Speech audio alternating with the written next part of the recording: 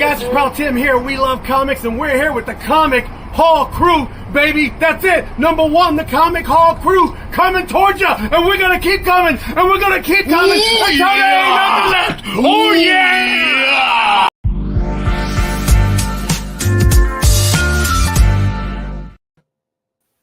I'm back, baby. I'm back. We back. It's 2024. We in the building. The Comic Hall crew is here. We have Pup in the building. We have Rico in the building, Black Key Comics. We have a special guest in the building. We have someone who's going to have y'all shook. We've got Marcus Roberts in the building. Gentlemen, how are you all doing? Doing great, man. Great to be back, man. It's the first show of 2024 we're doing. Can you believe it? Yeah, I know, man. Yeah, man. I know, man. Everybody was at Heroes Con. You know, you had all that. You know, you was down there buying all the comic books. Marcus down there selling all the comic books, you know. Rico down there stealing all the comic books, hiding them, tucking them away. You're going to unleash them. Might unleash a few tonight, you know. Oh, yeah, fellas. So it's good to be back, man. Good to be back in the saddle. I think some of the other guys are going to join, pop in. I know X is at work, but he'll be in when he gets off work. Chat, glad to be back in the building with you all as well. Paulo is already here. Mm-hmm. Jeff is in the building as well. Good to see everybody. Make sure y'all hit that like button and share and subscribe. All right, fellas, it's been a minute, man. It's been a while, but I think I still know how to do this. Paulo already getting on it. All right, I think I remember how to do this thing. Let's try this. You must be out of your goddamn mind. But my prices are reasonable. What? Oh, there they go. There. All right, out of the gate. What? Out of the gate. Advent Comics previews, spotlights, Ulerius, Jules, #1, creator, sign, sold out, $1 million American dollars. I never heard of this.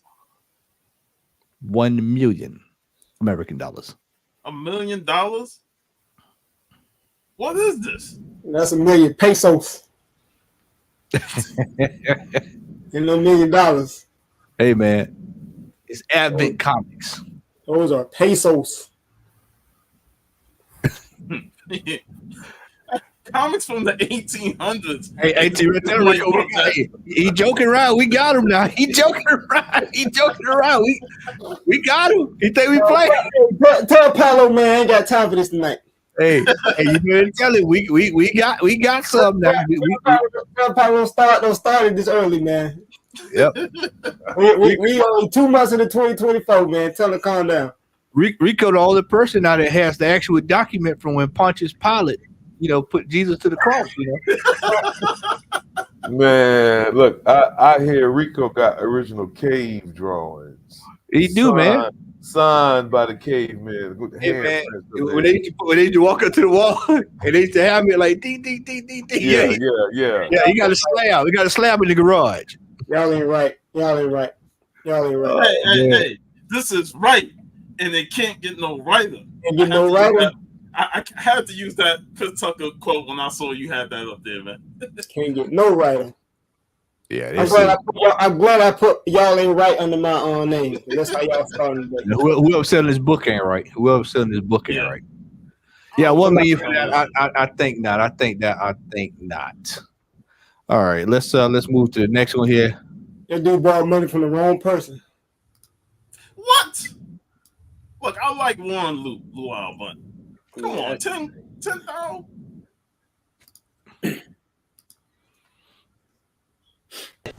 Emotional damage. Yeah. There's no Street Fighter versus Darkstalkers book worth $10,000. Absolutely none. I don't care how rare it is. It ain't rare. No, that ain't rare. No. They like to use the word rare. No. That only applies to steaks. Yeah, nah, man. I saw that. I was like, nah. We reaching, man. We reaching in this climate. Hey, you reach, I teach. Yep. Jace, what's going on, brother? NBA Live girl, how you doing? Kenneth Bird, what's going on, brother?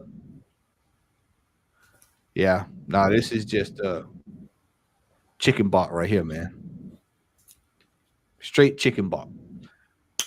Look at that. You can use your money and get one of those 2 Batman books down there, man. Yeah, you spend $10,000, you need to be right down here in this area. Right there is where you need to be at. You spending that kind of money. Do y'all really think like it's obvious there's crazy people in the world, but do you really think that some people actually believe that somebody's gonna purchase that, or they just figure they're just throwing spaghetti at the wall? Throwing spaghetti at the wall. Yep. Yeah. There's some dope come in. They've been drinking or whatever, and they don't know the difference. I think they have a random generator in their head that comes up with these numbers and say, $10,000. That's a perfect number. Yeah, nah, man. I think that's one of those numbers where, like, you don't really want to sell a book, so you throw something up there. Yeah. Make it worth your while. Yeah. All right, let's and embarrassing yourself from Jonesboro, Georgia. Al, if you're watching it from up there in Jonesboro, Georgia, I don't know Al watching, but if you're watching, they located in Jonesboro, Georgia. I guarantee you it's the Hobbit hole in disguise. If you watch, and look at the location of where the book at is on the stairs. I mean that's the Hobbit hole. If you know, you know. If you know, you know. He couldn't even find a better spot to take the picture. He had to take it on the stairs. Yeah, no, man, that ain't nah. That's crazy. All right, we'll move over here to Justice League, New 52, number 31, first appearance of Jessica Cruz. I mean, that is a newsstand, right?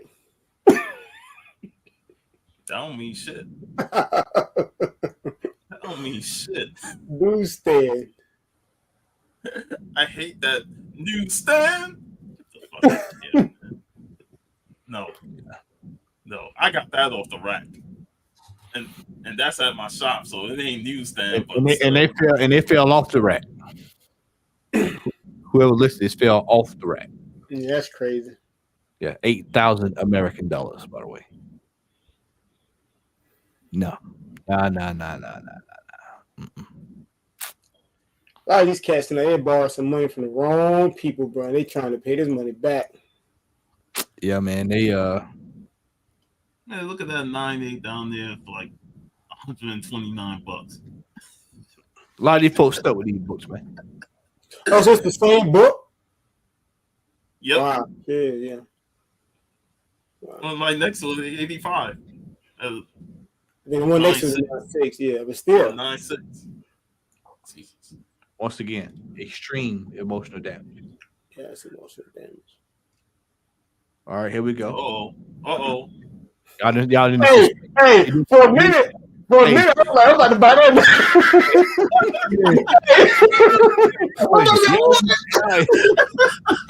Y'all wasn't expecting that, was you? I was like, I saw the German and I was like, oh. And then I see German. I'm like, oh my goodness. There you go. German edition, 1999, first printing, rare. Man, if you spending $2,000 on this, you might as well enroll right on down there and go find you a original copy somewhere. Waste the money. Waste the money. Rico almost got fooled there. Yeah, you wasn't expecting that. I was about to do this right here. Watch this. I'm about to log out real quick. I'm gonna come back with a German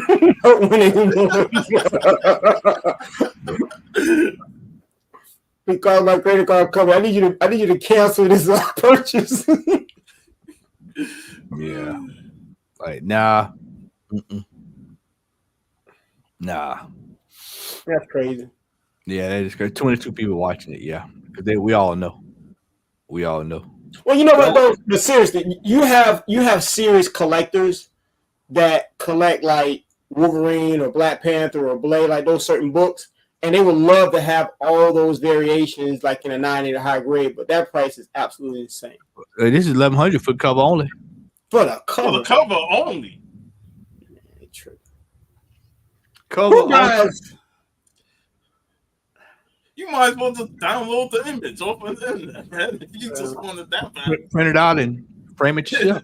Yeah. That makes no sense.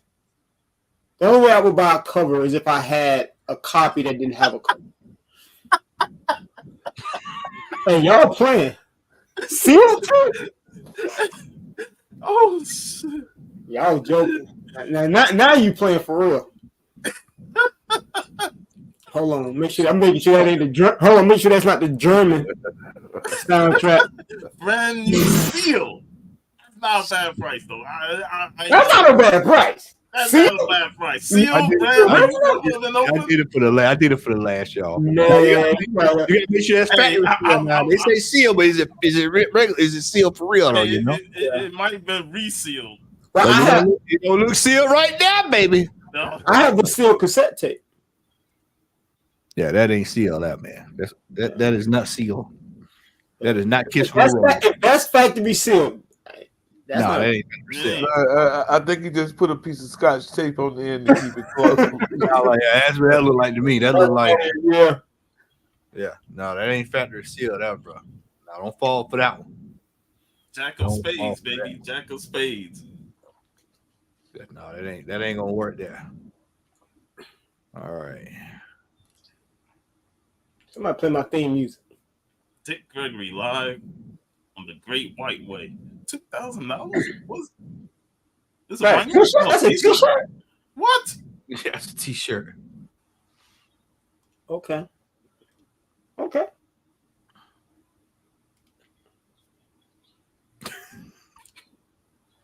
I mean, that's Dick Gregory, man. Put some respect on it. Man. That's Dick Gregory. Hey, I love Dick It's Gregory. you in there.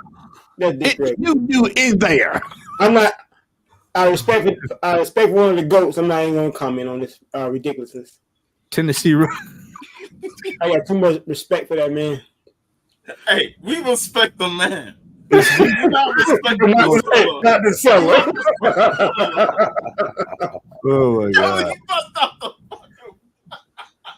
Well, look, measurement tape. wait a minute. He got the weight loss system on the back. Hold on. Is that recipes on the back? got a soup recipe on the back. Zoom in. Zoom in. A recipe. That's recipe. 2 scoops of cinnamon. 4 egg whites. We Some back, brown bro. rice. We back. We back, bro. Some brown rice. Yeah. I mean, Nothing but fruit before 12. Eat all vegetable salad or just fruit. you imagine walking around. You imagine walking around with a shirt. Think about some swag, right?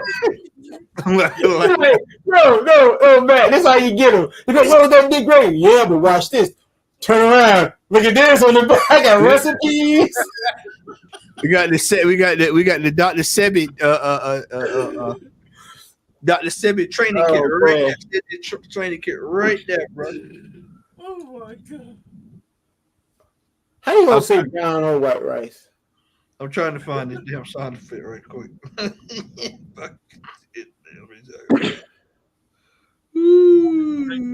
I ain't never seen it like this in my life. I'm gonna be real. Half cup of pure maple syrup. I ain't never seen nothing like this in my life. It just Hey, yo, like, I love half a gallon the of front. syrup. I love the front of the shirt, but what a weight loss shit. I mean, how many recipes have a gallon of maple syrup? I don't understand. I don't know. It might work though, man. There we go. I should take Dude, Hey, Grant, that thing did stuff out here. Yeah. Where that Dolomite video at? Let me go there. It's been so long, I got to find it. Let me see if I can find it. Where's it at? all right, Matt getting rusty. Come on, Matt. I am getting rusted, man, because I don't see it. I actually don't see it. Oh man. But I got this right here. All I do is sell coke, man. I don't do no violence. I don't mess with no fire. No Listen, guns. don't argue with me, man. I'm trying to give you a chance. Now, you don't get me my money tonight. I'm gonna put that young girl of yours out on Horse Road. Now, Matt, tell the truth though. Don't we look like them poses from them old, like 70s, 80s gospel albums, like the Mighty Clouds of Joy? Yeah, that's exactly what I was thinking. It looked like Lee Williams. It looked just like Lee Williams sitting right there. Dick Gregory greatest gospel hits. It looked just like Lee Williams. Oh my god, I was just thinking that. It looked just like it. Dick Gregory greatest gospel hits. Oh my god. Oh man, this is hilarious. Oh, not Tupac. We even went from Dick Gregory to Tupac. Life of Outlaw, man. Now, real talk, man. If that's original, bro, those vintage cheese go for crazy money, man. That's actually kind of. I've seen. Oh, it's all ripped up. Was that a bullet hole? Yeah, that's exactly what it is, boss. It's exactly what it is. Was that the shirt Tupac was wearing? Yeah, that's to make it, the authentic gangster shirt. Oh, that's Tupac's shirt. Yeah. Tupac got shot in his shirt.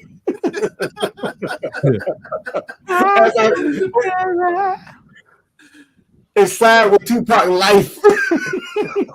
That's the shirt he had on in the car. Up under the shirt he had on in the car. Oh my. Did Tupac sign it? Man, he signed it with his life. He dead, bro. Yeah.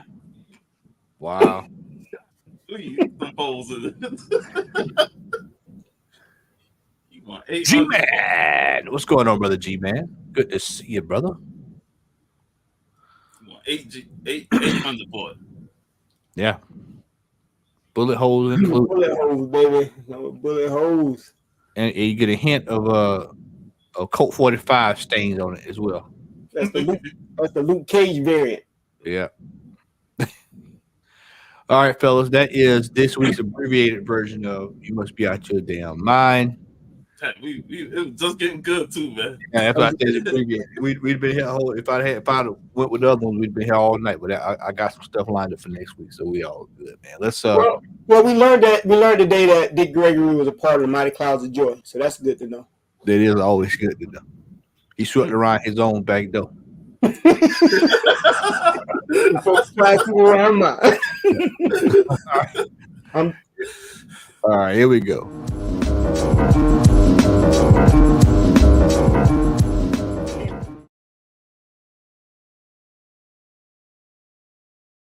All right, it's time for the cover price, almost runner up, and both top 10. Let's roll down this list.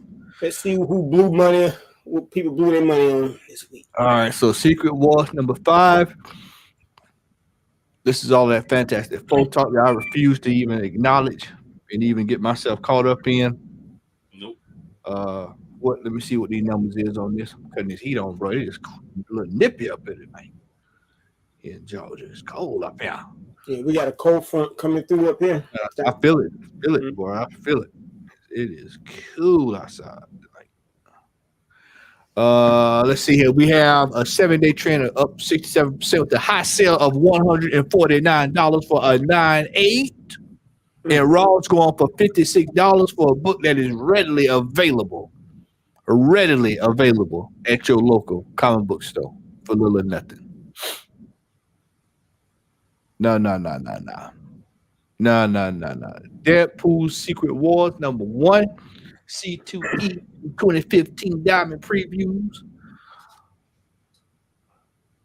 I ain't gonna lie, I still have not watched the trailer to that the new Deadpool Wolverine. Still have I mean, it's Deadpool, man. I mean, that's not a bad thing. I'm just saying it's Deadpool. So I mean, what do you expect? You expect you get what you expect with Deadpool. It's not a bad thing, but I mean, it's Deadpool. I don't know. I just lost interest in it.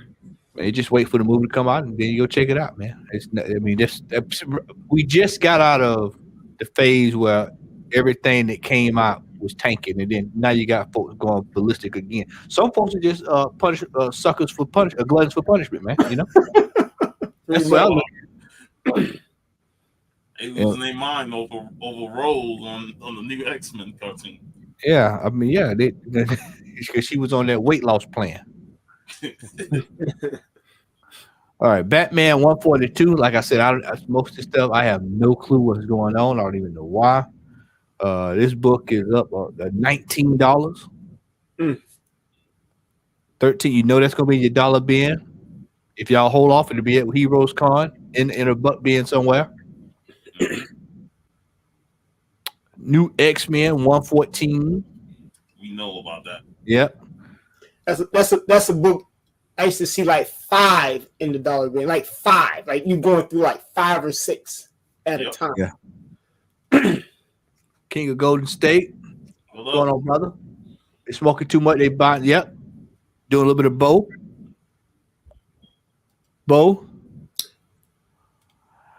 Yeah. This sold for a high sale of $100 CGC and a raw of 13. That's crazy. That's crazy. It's insane. Avengers Twilight number 2. No clue, but we'll look at the numbers. 7-day trend of 156% with the high sale of $20 raw. All right. Ultimates. Now, this book was the book I think a couple of weeks ago. Ultimate Spider-Man number 1. High sale of $250. Right now, you put Ultimate in front of anything, it's gonna sell. Put it in front of this right here. Put it in front of this. Emotional damage. Ultimate Emotional Damage. Paying $250 for that. Raw sale, $75 raw for this. Let's let that sink in. Number 4, Ultimate Universe.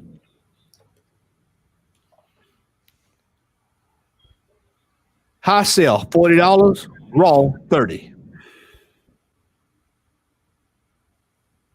Let that sink in. You put Ultimate in front of that Dick Gregory T-shirt and Ultimate Vitamins. Ultimate Vitamins. Ultimate Vitamins. Ultimate Gospel. Ultimate only. The Ultimate Mighty Clouds of Joy. Number 3, Afterburn, number one. No clue. Maybe Jeff has this. I know nothing about it. You assume Jeff got it. 7-day trend of 735% of the comic fam. $40. So this book was probably 5 cents, 10 cents. Oh man, this must be a movie or something that's gonna happen. Number 2, Ultimate Black Panther. That was a good read. Boss Logic variant. Not Sean, but Rico's got 4 or 5 copies of this. Not bad. Yeah, he's gonna Not that boy. Remo gonna show up with about 8 of them. Yeah. 139 sold, 7-day trend of 157% with a high sale of $47 raw. Well, I know Black Panther fans out there are so. Who's worse, LeBron fans or Black Panther fans? Who's worse? I don't want to answer that. All right. You know it's a good question, though. I know. It's a really good question.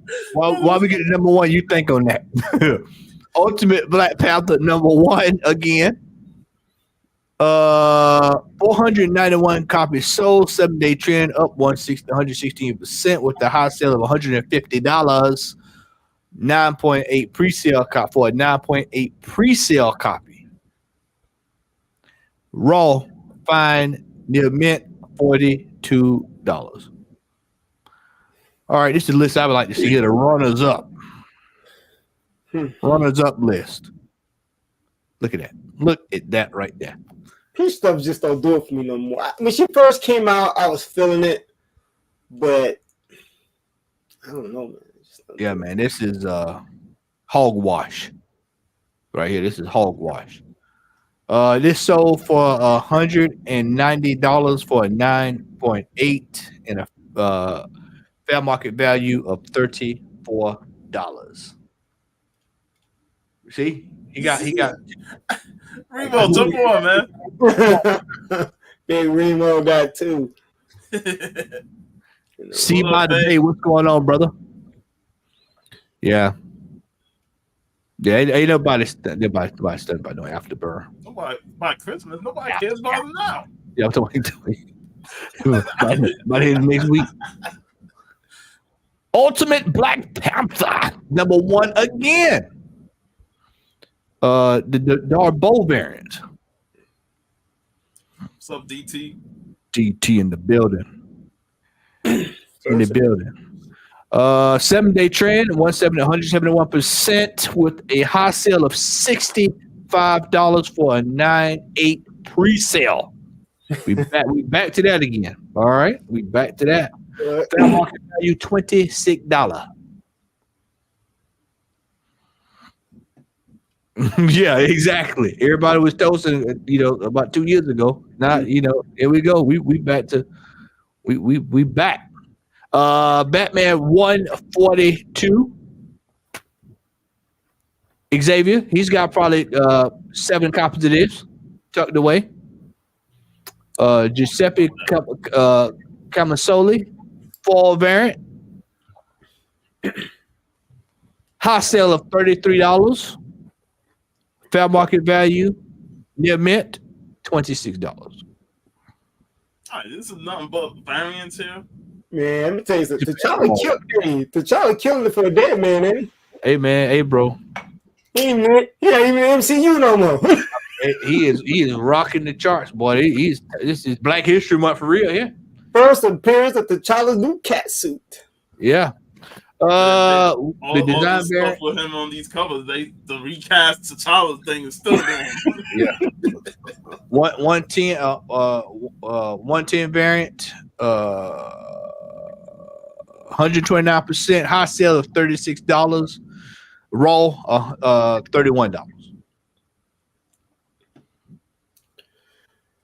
There you go. All right, Avengers Twilight number 1. Nope. High sale of $106. Lord, 59%. Here come 98. Raw $17. What is 98 going for? I need to start selling some of mine. New Muse 98, the book that has started everybody's comic collection, Pretty much. especially for us millennials, and guaranteed everybody that's watching this show tonight probably has a copy of this or has had a copy of this.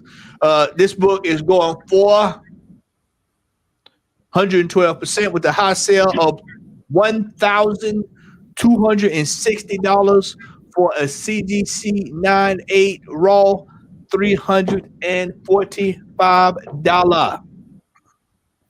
Hope y'all sign y'all get rid of your Rob Liefeld signed copy since he's retiring from Deadpool. I thought he was. Okay. Blue chip. I need to put some of mine on eBay now. Dorito chip. Number 17. I told you this is Black History Month. I ain't seen this much y'all on a list. Yeah, who you telling? Since we've been doing this show, this has got to be history making, record breaking, ultimate Black Panther. Ethan Young, 1 in 25 variant. High sale, $54. Raw, $50. Go ahead, Sean. They do this all the time. They come out with these Black Panther books of #1, all these variants and shit. Then the book cancels by issue 8 or 10. It's like, why are you trying to hype everybody up with these Black Panther T'Challa covers? And the series ain't gonna last long. I haven't. I'm not a. Now I'll be honest. I'm not a big Black Panther fan, but I'm a Brian Hill fan, and I'm reading the Blade book, and I've always loved his work. So people keep saying that the Black Panther book is good as well. So this one might last. First issue. Yeah. I mean, what you say? I said I enjoyed this first. Yeah, I mean he's a bro. He's a great writer. I mean anything. I'm enjoying Blade as well. Yeah, Blade is awesome. Blade is an amazing book. All right. 15 minutes. 15 minutes. Only last 5. Hey, just tell Rob to keep going. Hey, we didn't tell him don't retire. Just tell him to stop at the ankles. Keep going. Just stop at the ankles. That's what they said the other day while you retired. How about you retire, period, brother? How about that? Exactly. How about you just retire? Just AARP your way right out of this thing. How about that? You just go ahead and just call it a day. I think he liked the buzz, man. He likes the buzz. 18, Ultimate Spider-Man #1, J. Scott. Here we go. J. Scott Campbell variant. I feel like we done seen the variation of this cover from J. Scott Campbell. Oh man! Yeah. When I say that, because I looked, I was like, "What is?" I mean, we've seen this before. I mean, this is just like running the same cat. How is it that 6 years ago I saw J. Scott Campbell doing this, and then I come back, he doing the same thing again? This is the same as that thing. Come on, man. Nah. High sale of $96. Raw, $22, and that book would be up on Dave's shelf for probably $10 to $15. Easy, yeah. I'd rather be here. Dazzler. You gotta be kidding me. Y'all, Taylor Swift. That got Super Bowl ring now, man. Yeah, got that. She got a Super Bowl. Casey. Hey, I love how everybody wanted the Chiefs to lose because of this. They keep winning. This fucking fixed ass game, man. I'm just responding here, Chris. As you're watching, I'm responding to your message right quick. Let me say this about that Taylor Swift, man. If you buy this book right now, you a damn fool. Yeah, shame on you. You're a stone cold damn fool, and you have some major issues. Well, not unless they buying it from me. Yeah, man. Yeah. For me, congratulations. You just all right. Here we go. Let's look at these numbers. High sale. $225 for a 9.8. Raw, $13. Unbelievable. Shocking. Somebody paid $30 for this. I don't remember. I think I think when I bought mine years and years and years ago, I think I paid like somewhere between $3 to $5, and I thought I overpaid. Yeah, I mean, it was a legit dollar book. A legit dollar book. Hey, I ain't never seen so many copies of that book. That's what I'm saying, and that's why it's so many. Because I was getting ready to say, when I bought mine years ago for 50 cents. Yeah, see, I overpaid. 50 cents, see? Yeah, I overpaid. Is that Remo? Hey, remove that comment. Remove that comment. Remo, it's been a long time, brother. We miss you, man. What's going down? How y'all doing? Remo, what's up, brother? Remo been over there working. I know what Remo been doing. He been trying to get that dollar, man. Getting that dollar, trying to survive that rain out west, man. Hey, and not only that, he's trying to build up because he wants to come over to Heroes Con too. Hey, man. I got all that to do, man. I gotta try again. Come on, bro. Come on. Man. Hey, man, we going in Heroes Con 2 to a mule, baby. Man, yeah, man. How y'all doing, man? Good, man. Good, brother. Good, man. Good to have you in the building. This is my getaway. I don't even want to think about all that stuff, man. That's gonna come. But yeah, man, I'm glad to be here with y'all fellas, man. It's been a minute. Yeah. All right. It's even bare bones on Drunken Chat, man. It's like, damn, where everybody at? Man, everybody's, you know what I'm saying, going through life right now, man. Yeah, life is real, man. It's the only thing I can really say, man, is everybody's just going through life right now, and some stars ain't lining up right now. But we gonna make it pop, man. We got some things happening behind the scenes. We're gonna try and get back there, you know. Hey, it's hard to get, you know what I'm saying, a lot of people on the same page. You see how it is for us, you know what I'm saying? Like, and these brothers is like all across the board, you know what I'm saying? So AT&T ain't shit, man. you know? I know you already know that, but I just want to say it out loud. Since you can't say it, I say it for you. AT&T ain't shit. And I'll tell you, Comcast ain't shit out here, so. Man, I was so happy to get rid of Comcast when we got some competition. Now they call me every day, and I could never get through with them when I was a customer. They call me every day now. Can't stand them. Horrible. What kind of nonsense we talking about on here? We've been talking about this ultimate invasion. This bullshit. Yeah. This ultimate invasion #1, second print, RB Silver. You better not go out and buy this book. $130 for a 9.8 and rolls for $23. Now, when you see people posting stacks, literally of them, I'm talking about stacks. Like, come on, man. This chicken shit on this list. Y'all see all this chicken shit? This is straight chicken shit on this list. Listen, y'all. It's 2024, but nothing has changed. If you feel the need to go out and spend top dollar on these books on this list, please inbox Black Key Comics, Puff Comics 83, Marcus Roberts, or Big Remo, and we will provide you with a list of at least 15 books that you will be able to spend your money that will be best served for you.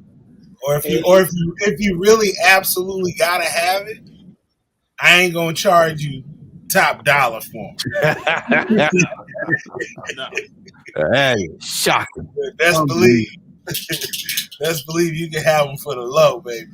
That is shocking. Some of the books I saw on that list tonight.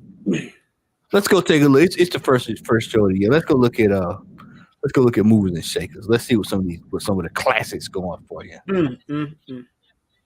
Shocking. Some of those books were going for on that list. Seems like it's the usual suspect. Here we go. Here, this right here. Let's see what we got right here. The Manhunt. See this kind of stuff here. $550 raw. $550 raw. That's 1947. Yeah. Little gems they showing you. We're gonna see Matt with that book at Heroes Con. No, I probably not. I won't have that one. I got one in mind. It won't be that one. I know. I told Rico today what I was looking for. One I know. He know one of them I'm looking for. What was that Peanuts song for? Yeah, I was looking at that Peanuts, man. That's one I still haven't added to my collection. Yeah, let me see. Yeah. Oh, that's that first one, huh? Yeah, that's the Dell. They got two. They got the Dell and they got the Golden Key. Yeah. $7.95 raw. Mm-hmm. Excuse me, CGC. Pardon me. I'm sorry. That still seems like it's low though. Yeah, that's like I remember them books was selling like crazy. I mean, I saw what you dropped today in the group, Rico. that Robert Moore. I saw it. Oh man, bro, Robert Moore, man. I wanted to get one, man. Can you pull it up, Rico? Can you pull it up right quick? Let me see. I can find it. Hold on. I looked at it, man. I looked at that thing hard there for a second, man. Bro, let me just say this. You got a link to the website? I'd rather you go to the website. You can send the Let me see the link to the website. Yeah, I'd rather y'all go to the link to the website. I was real close, bro. I'm gonna say this about Robert Moore right now. For all those that really understand like a lot of stuff going on, like hypebeast culture with art, especially like with Hebrew Brantley, Robert Moore is coming. Hold on, let me message you. You know, I'm just gonna message it to you in your what you call it. I just sent you the link.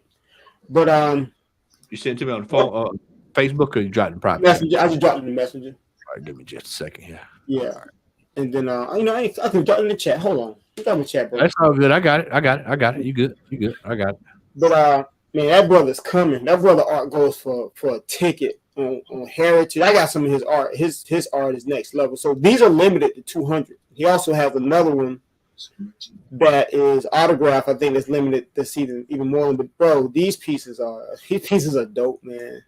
These are numbered. These are numbered. All these. Yeah. These are limited to 200. Okay. It's a yellow version, a blue version. He did the same thing with Lucy. Quiet is kept, man. A lot of folks going for the yellow one. You might want to be going for the blue. Yeah, exactly. Yeah, exactly. That's really, I think, the one you want to grab. Blue's my favorite color too. Yeah, I would probably want the blue. Yeah, I think that yellow. Is I think that's more nostalgia. People you kind of get that Charlie Brown feel, but I like that blue and red all day. Yeah. But I even like the Snoopy man. That's hard. That Black Snoopy is hard. Robert Moore is a beast, man. This dude is you just go on Heritage, look at some of his artwork that sell. It go for crazy money. Yeah, silly money between him and look at what his prints are going for. I mean, those are prints. Those are prints going for like stacks. Wow. Yeah, man. But Robert Moore's a beast. Yeah. Top dollar, man. Top dollar. All right. Let's I guess that'd be the perfect segue. Let me get the queue rolled up here. We'll go ahead and get into this main event. And that a proper segue. Yeah, let's do it. All right, here we go.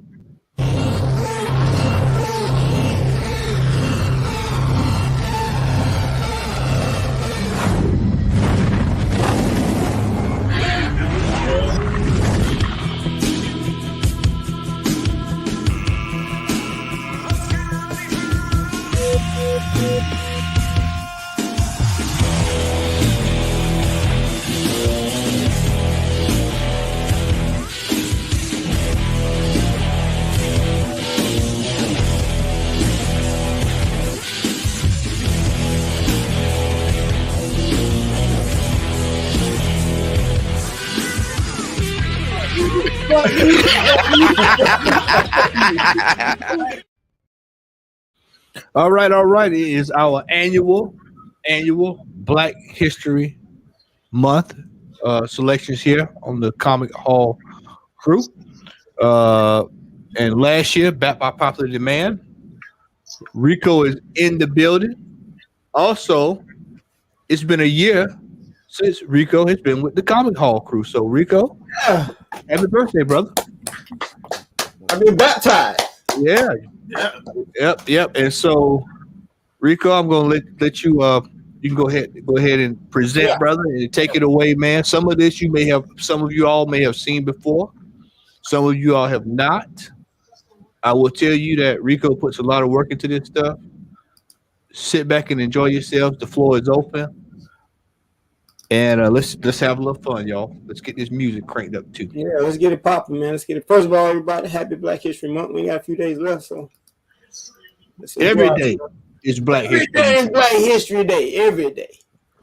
So first of all, man, I always enjoy doing this, man. Al reached out to me. Where Al at? It's internet, man. AT&T, man. Shut them down. See, I keep telling Al has Wi-Fi. W-H-Y. Unacceptable. But yeah, so I put together a little slide presentation, man. What I tried to do, first of all, shout out to everybody on IG, man. X, what's up, brother? How y'all doing? Man, doing fantastic, man. So, first of all, shout out to everybody on IG, man. I get a lot of love. I apologize. I haven't posted anything in like forever. But a lot of dudes, man, always reach out to me and just ask me about different comic books, and they want to build like a really dope. There you go, Al. What's up, brother? Al is in the building. Hey man, Rico, I thought we were cool, man. Why you joning on me, bro? Yeah, come on, man. Hey, that's my beloved, man. Well, I forgot I had my phone. Well, Verizon tend to trip every now and then, but I figured since Remo showed up, I was. You can't let Remo. I jumped out. I was like, I'm like the bat. You know what I'm saying? I use my phone, man. But yeah, man, I'm looking forward to seeing this, bro. So yeah, let me shut up so Rico them can take it away. Man, good, brother. Always good to see you, man. But so I put together, man. First of all, Al asked me, man, to put something together. Matt did as well. So what I wanted to focus on this one, as you notice, it's just part one. I don't want to do too many slides, but this is basically focused on a lot of times people reach out to me asking me about building like a historically Black comic book collection, like books that have a lot of Black historical significance. So what I figured I'd do today, it is going to be a lot of books. Like we could do this for like 5-10 hours, but I just wanted to show a few books that I feel as though, and I kind of broke them up into different sections that, starting from the early 1900s all the way to probably around the 80s. I think I stopped around 81. So you're not going to see any modern books in this particular presentation. It's really dealing with a lot of historical Black books. So, hey, let's get it started. So the first book I wanted to show, this is Poor Little Mosey. This book came out in 1902. This is the very first comic book to title, and this is a comic book, to title a Black character as the headline of the actual comic. When you get into the early 1900s, during that age, a lot of comic books were horizontal. They didn't have that traditional vertical format. So this book is recognized as a comic book by the Library of Congress, as well as several university libraries, including Michigan State University, Heritage Auction, all the major auction houses. So this is indeed an actual comic book. Matter of fact, it was created by Richard F. Colt. He's considered one of the early pioneers of comics. Now, I know a lot of times when we talk about comic books in the golden age, one of the things a lot of people, they frown upon is some of the negative stereotypes and stuff. But outside of the vernacular, this is not a negative book at all. This is actually a very good story. Now, of course, you got to deal with the vernacular, words like mammy and different things like that. But it's no different when you get into the 60s and dealing with a lot of subservient type of narratives, or the 70s with some of that Black exploitation, jive turkey type narrative. So every era has its problems. I think that's something we just got to understand. Every era you get into, you got to deal with something. But this is actually very positive book. It's a book about Mosey, who goes on these journeys, travels all over the country, all over the world. And everywhere he goes, he's friending these animals and all these different creatures and even people. And everywhere he goes, he sends a letter to his mom. And that's really all it's about. It's a really, really good story. As a matter of fact, this book also predates. There's a Buster Brown. It's called Buster Brown and His Resolutions. It's a comic book that's actually on cover price. That comic book came out in 1903. About a year ago, I reached out to Cover Price and I was like, hey, you all have the Buster Brown book, but you don't have the Poor Little Mosey book. And the Poor Little Mosey comic book actually predates that Buster Brown book. So Cover Price, if you hear me, you need to tighten up.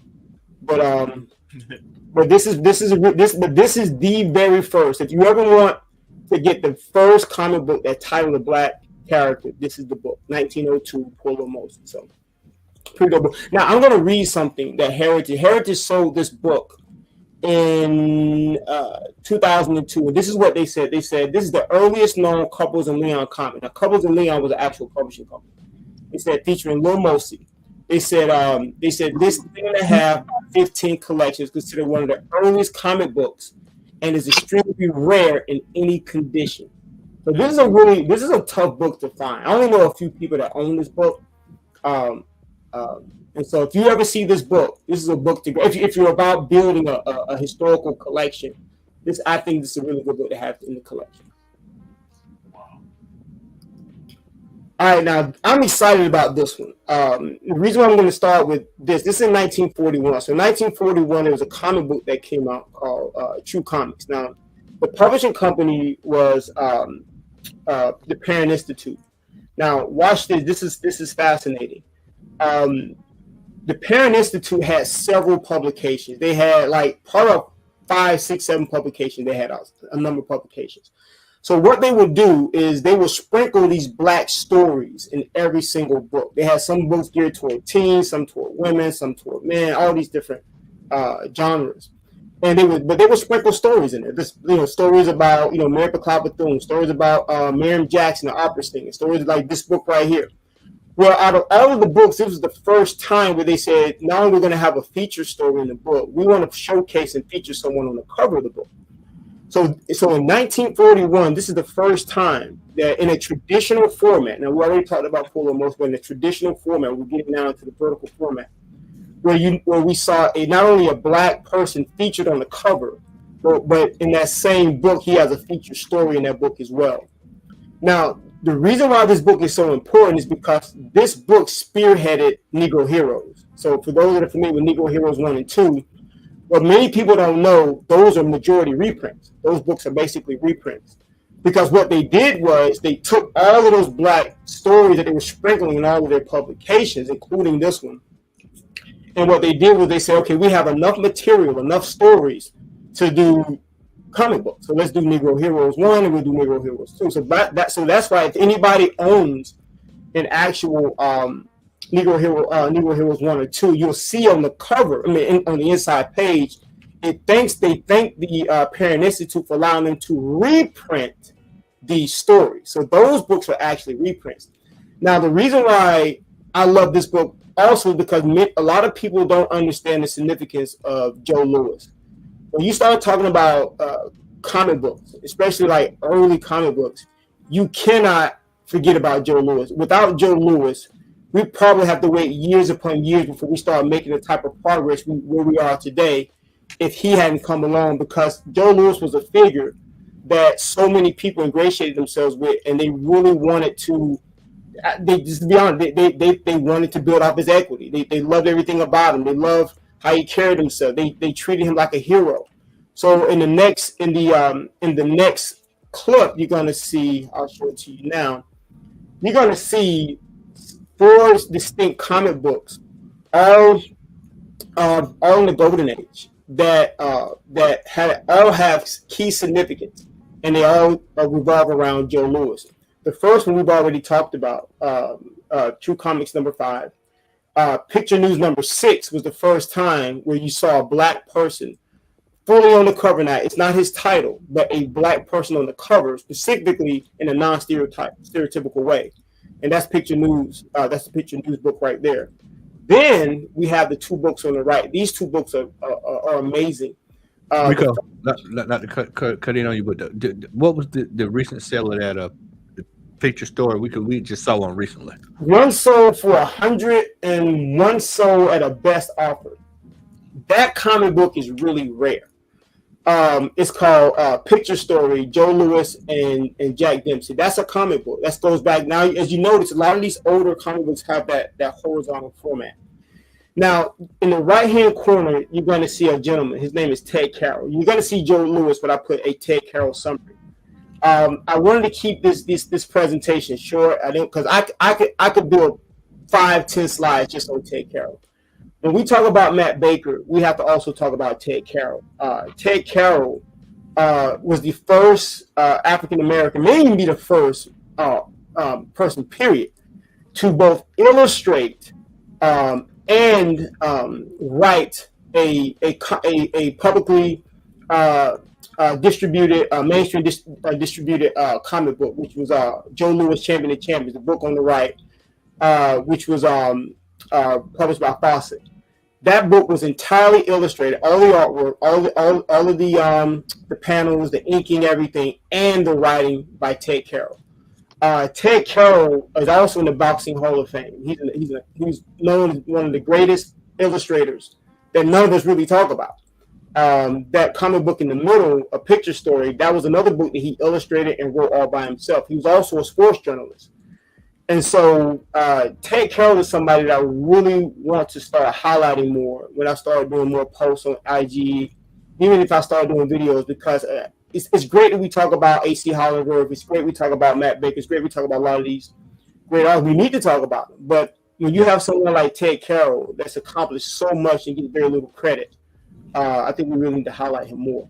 Rico, let's Al, you got a question there, brother? Yeah, I got two. Rico, you said the book sold for 100, so that was $100,000, right? $100. $100. Oh, okay. I just wanted to make sure because It was $100. And my second question was, you said that the book he wrote and illustrated was published by Fawcett. Is that the same Fawcett that did Captain Marvel, Shazam? Yep. Yeah, it's the same. Matter of fact, it's the same Fawcett that did Negro Romance. We'll talk about word? that. Yeah, a lot of people don't know Negro. So All Negro Comics was fully published, fully black published company, but Negro Romance was actually published by Fawcett.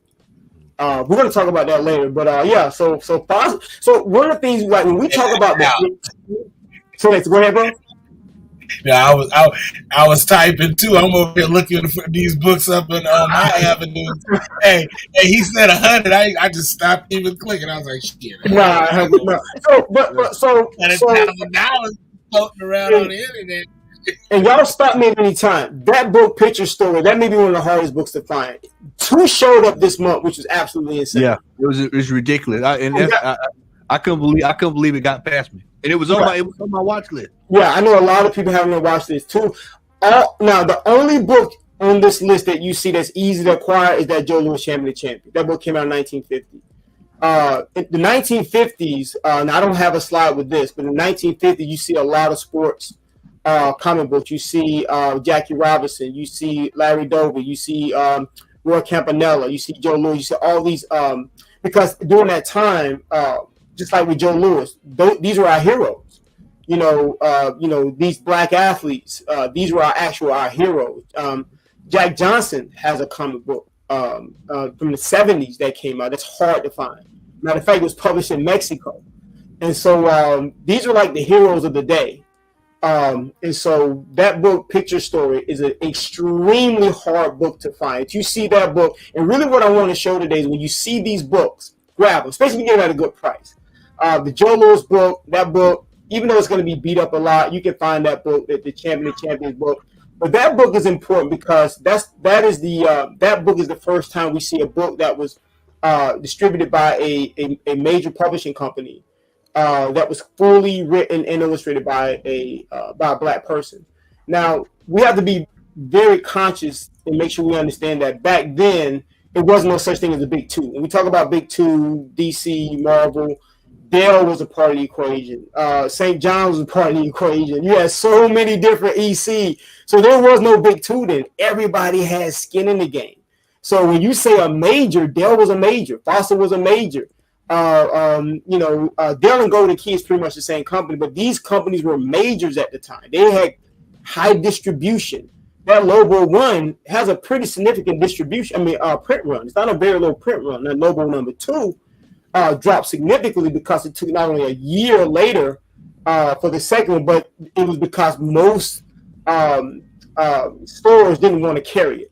And so they basically ripped the covers and sent it back to them. So, but these books aren't easy to find. And so if you see these books, I would say absolutely grab these books. And I really wanted to just show this to show that so people can really understand that we got to start having more conversations. We talk about some of these characters, Blade and, you know, T'Challa and Black Lightning. These are great, but we have real people that like Joe Lewis. You know, we have real people like Willie Mays, like Larry Doby.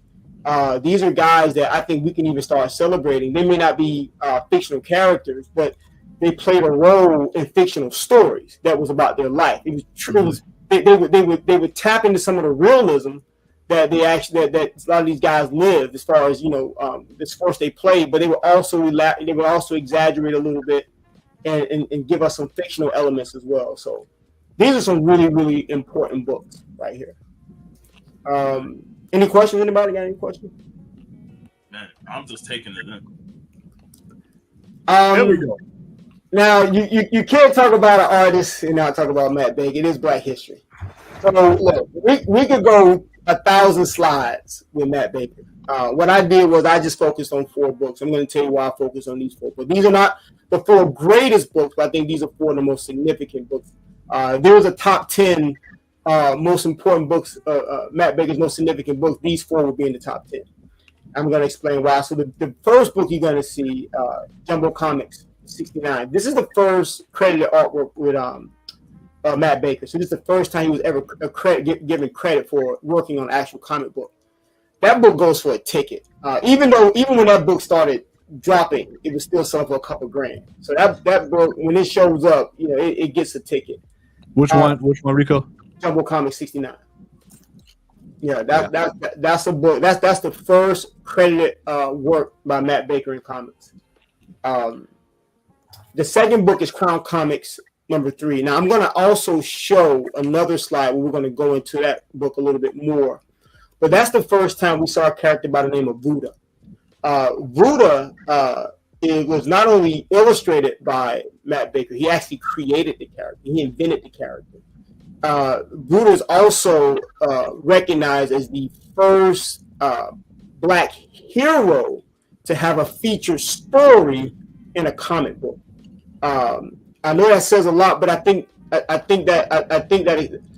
that's significant in itself, because, you know, understanding that in the golden era, that's how books were written. Now, when you buy a comic book with Blade or Black Panther, it's one story. But in the golden age, there would be sometimes 4 to 8, 6, 7 stories in one comic book. It's, you know, so you would have a cover. Whoever's on the cover might be a part of one story, or you might go through 4 or 5 stories, if not more. And so in this particular book, you know, that feature story, Vuda, was not only the first time we saw a Black hero.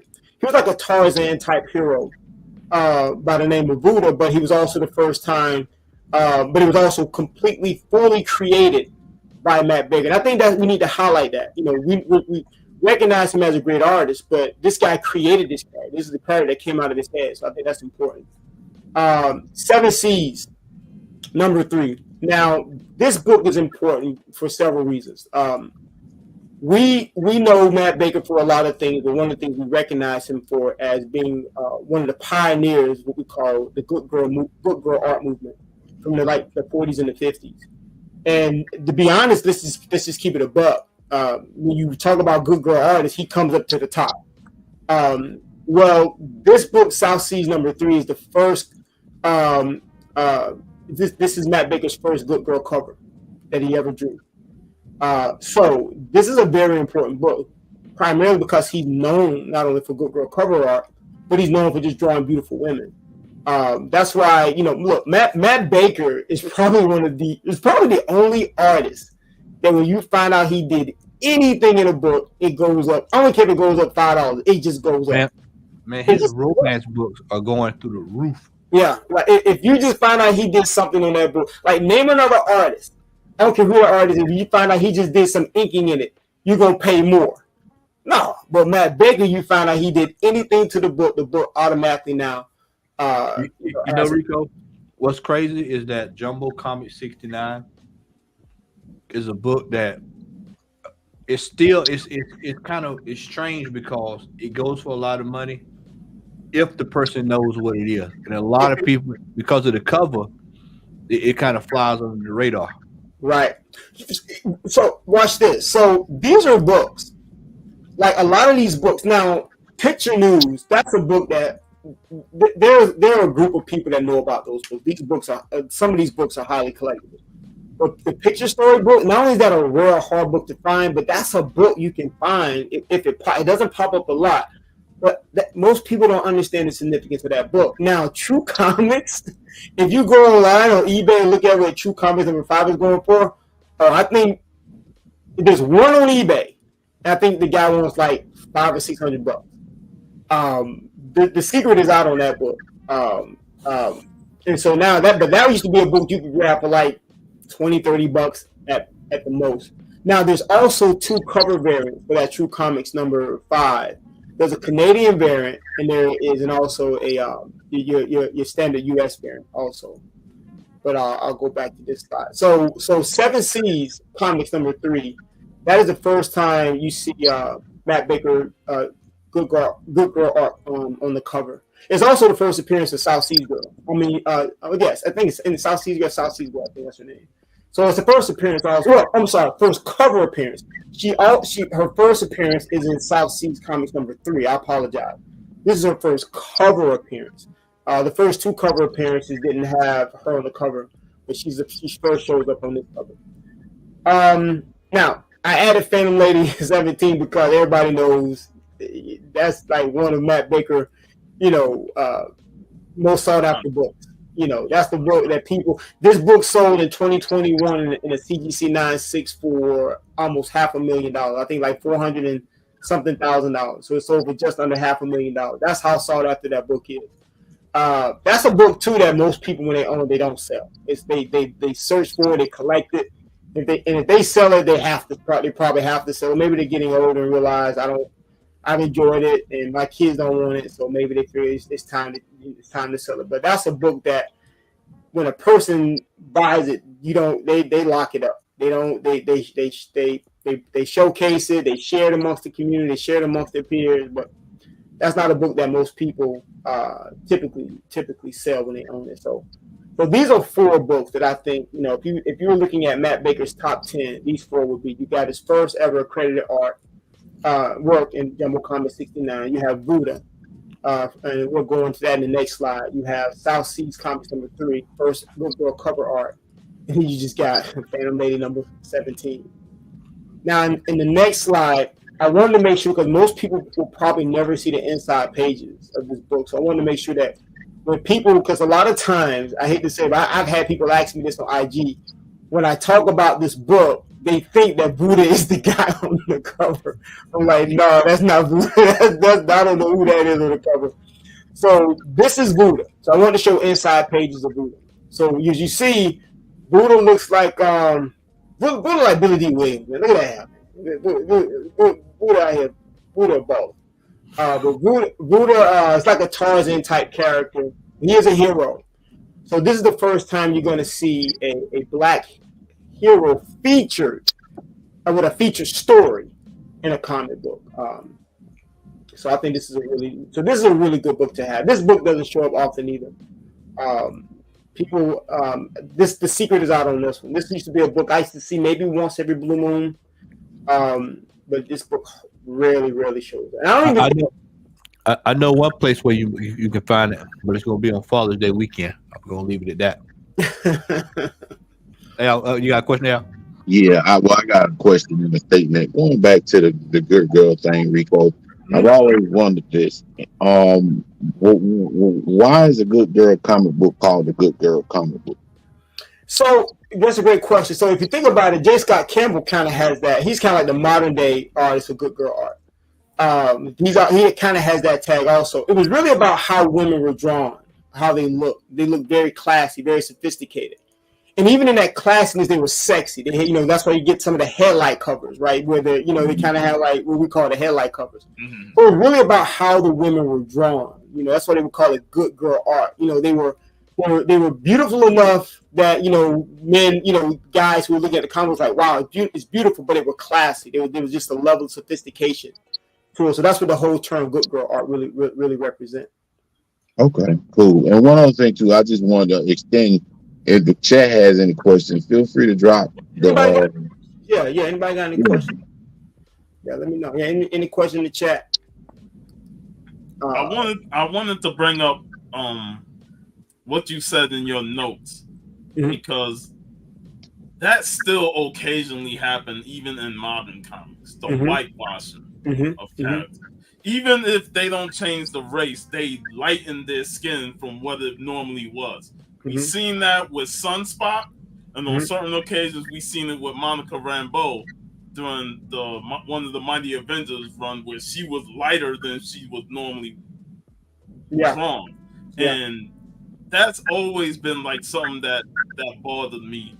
Like I read New Mutants, the '80s run, and X-Force, and every decade they lighten his skin up even more to the point where now he's no longer the dark-skinned character that we know when we first saw him. And that's always been like a problem with certain characters that have darker complexion. You get different artists and they draw them the way they see fit, and they lighten the skin up. And it's like that's not how the character is represented, in my opinion. And let me share this with you. That's a great point, Paul. So watch this. This is something that a lot of times we don't know how to contextualize things from a historical timeline. Let me give you an example. A lot of times when people see Boom, they're like, "Oh, he wasn't really black. Look at his hair." You have to put things in context. How are men wearing their hair? Black men during that time. Look at people like Count Basie.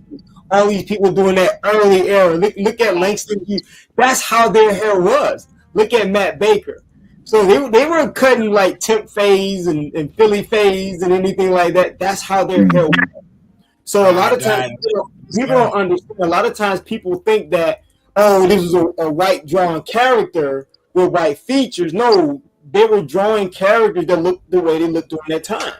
And so, and if you look at it, it's very clear. Like this book came out in 1945. Look at that last panel. Like this dude a joke on a white man in 1945. Watch that. So there's a comic book, huh? Yeah, both hands around his both hands. Dude, he ain't trying to let go. Yeah.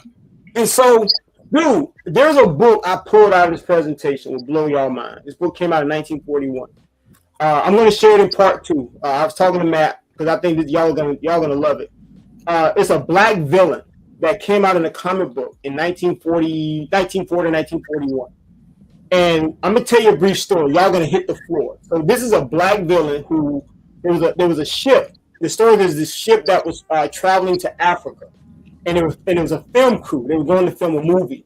So when you read in the story, there's a black guy on the ship, and you think he's a slave or some type of servant. So you're like, okay, some black slave or servant. But as you continue to read, you realize that this is a guy who is basically running game on everybody in the ship. Now, this came out in the early 1940s. To make a long story short, this guy is basically using magic to basically make everyone think that he's some type of slave or servant, and so that he can literally, as he ends up going, when they get to Africa, he can kidnap the woman and sacrifice her to his African goddess. But watch this. He's also not only a villain, he's also an African king. And so this was in 1940s. And so and watch it. It was an amazing story.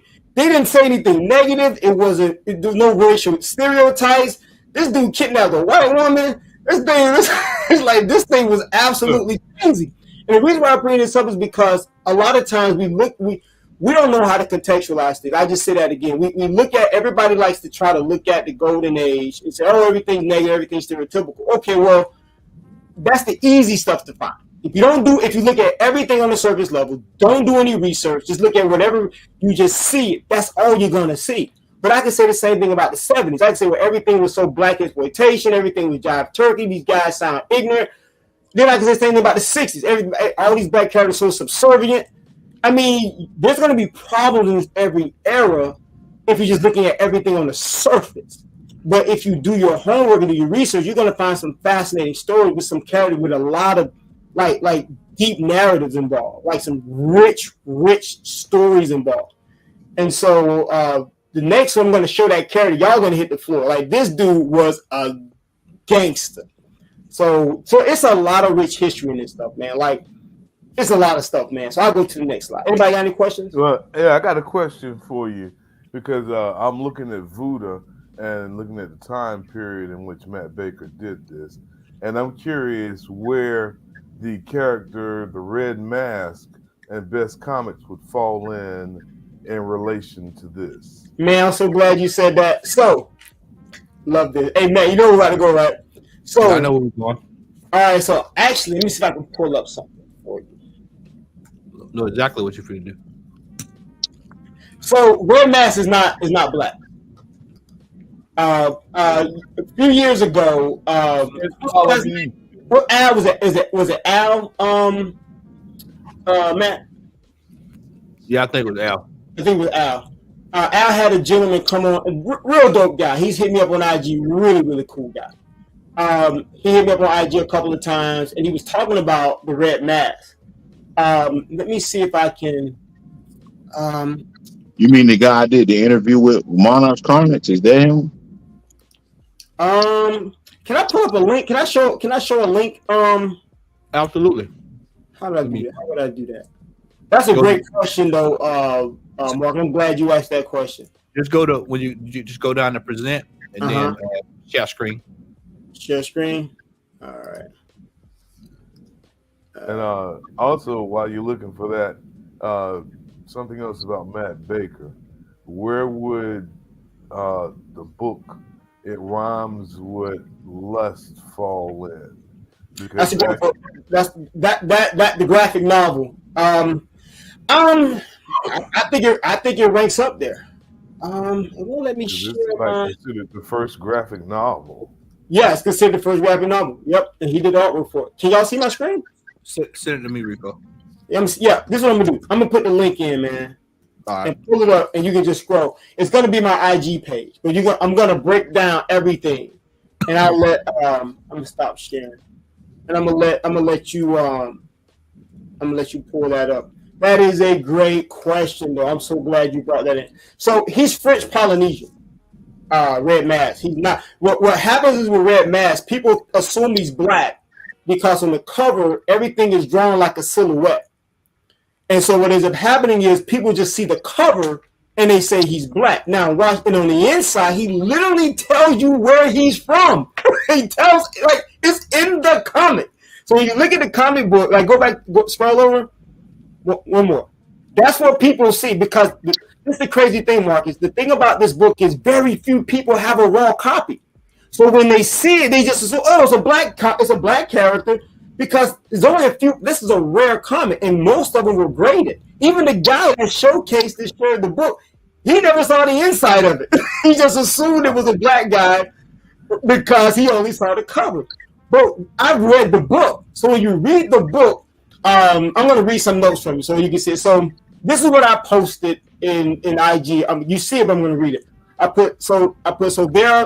There's been some conversations and unfortunately some misinformation concerning this particular book. Best Comics 1, 1939. Many have suggested that this is the first African or black superhero in comic books. This is not true. Unfortunately, many people just look at the cover and just assume without actually reading the story. All you have to do is read the book and it specifically tells you where the character is from. In the story, he states that he's a prince banished from his home island called Kokora. Now, this is a real place. You can Google this place. It's in the French Polynesian island area. So it's almost like more like dark-skinned Hawaiian people or Pacific Islanders. That's really what he is. So maybe the author visited and went there on vacation, saw the people, loved the people, was inspired, and he drew the character. And if you look there, a lot of these people have very, very dark skin. But watch this. Go to Mexico. Go to Cuba. People have really, really dark skin. They have really, really light skin. So it's no different in most other areas that you go to. So he's like Samoan or Tongan or whatever. So I guess you can kind of say something like that. But you can actually Google that. Not only can you Google the area, it's an actual real place you can go to. So I put Kokora is an actual island.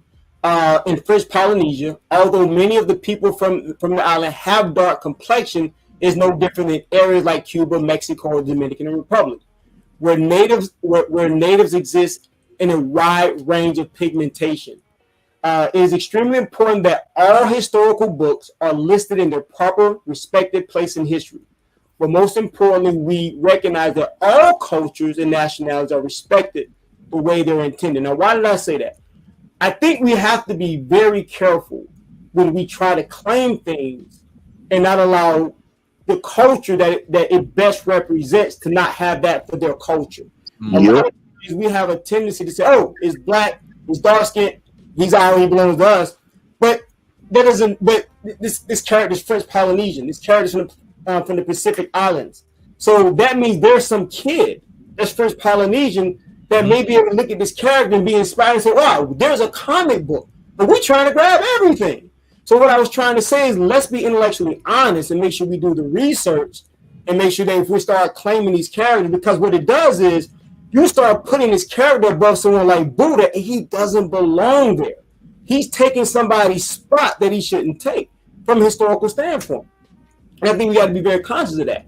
You know what I'm saying? So I'm so glad you brought that up. Because that was years ago when I posted this, but a lot of people now, most people now that visited my post, I even reached out to Museum of Uncut Funk because they still have this on their website. And they're great people. I've reached out to them. Two fascinating women. Anybody, please go to their site. Great resource. Amazing. Two amazing women. But they still haven't changed it. And they're busy. They probably didn't even pay any mind. But the reason why I wanted them to, and I didn't even tell them to change it. I just said if they please do the research and allow the evidence to allow them to help them make their decision. And I was confident that if they do that, they're going to take it down. But that's just misinformation. It's not true. Also, in the same book, he's white in the inside also, to throw that at you. So he's not a black character or an African character at all. A great question, man. I'm glad you brought that up. Now, this is where we have fun. So I got a couple more slides. If I told Matt I had like 20 slides after, I said, it's too much time. I said it's gonna take forever. So what I did was I said, I tried to give him to go ahead and do it, but he won't. Well, let me tell you something. This is a passion I've had for about 5, 6, 7 years. There's books I haven't even. There's books in the golden age I still haven't even talked about. Like early gold. There's so many books I haven't even talked about that people will blow their mind. The stories, the information, this out there is absolutely insane. We don't really understand how deep our culture goes into the whole narrative. Comics, it runs so deep. But these 4 books I call the classics. Now, why do I call the classics? These books did something I believe that. Let me give you an example. So let's look at All Negro Comics. We're looking at this is the first. This book came out in 1947. I think most people would probably say this is the book to have. You know, if you're trying to build that Grail collection, this is the book that a person would say. Even if I just had this book by itself, I'm fine. And I wouldn't even disagree with it. Matter of fact, I would say any of these 4 books, if you had any one of these 4 books, you're winning. All Negro Comics came out in 1947. It was the first comic book to be published by an African American or black-owned publishing company. That says a lot because what people don't realize, they couldn't even come out with the second issue because it wasn't because they ran out of money. It wasn't even a financial issue. They couldn't get a company to give them paper. Let that sink in. Like, usually we talk about lack of resources. Well, in this instance, it wasn't the resources from the standpoint of financial resources. It was the actual paper resource. No one wanted to give them. No, I'll take that back. No one wanted to sell them paper, not give them paper. They weren't trying. They didn't want a handout. They wanted to buy the paper, and no one would sell them the paper. That is why we don't have an All Negro Comics too. It wasn't because they gave up. It wasn't because they stopped. It's because no one would sell them paper. Talk about the pros of black ownership now. Like think about an ecosystem that we could have. Like everybody wants to be, maybe an artist or a publisher or whatever. Imagine creating an ecosystem where you have some people that handle distribution. Imagine the kind of network we could build. If you say, okay, well, first of all, I don't want to. Mark is already. They have an amazing publishing company. They're doing show. They're doing all these great comics. I want to build a solid distribution channel so that I can make sure that their books are reaching places that they typically couldn't reach. I'm going to do that. Imagine another company saying, you know what, I'm going to handle all the printing and make sure that they won't ever have any issue. Like, this is the kind of things that when you start looking at a lot of these books and realize that we didn't have those things then, but we can absolutely have these things right now. Like, there's literally no excuse. Like, you got people out there like Ripper putting out $1 million campaigns. And so we have the opportunity, the resources, the networks to put out the type of content that we need. So All Negro Comics, with an anthology, I know most people know about the book, an anthology. It had several stories. It had Ace Harlem, Lion Man, had all these different stories in there. And this was a book, man, that basically set a precedent. And it's a hard book to find. I only know one person that owned this book, a brother named Steven, who has, in my opinion, I'm going to say this, Stephen Pryor is one of the most amazing collections I've ever seen in my life.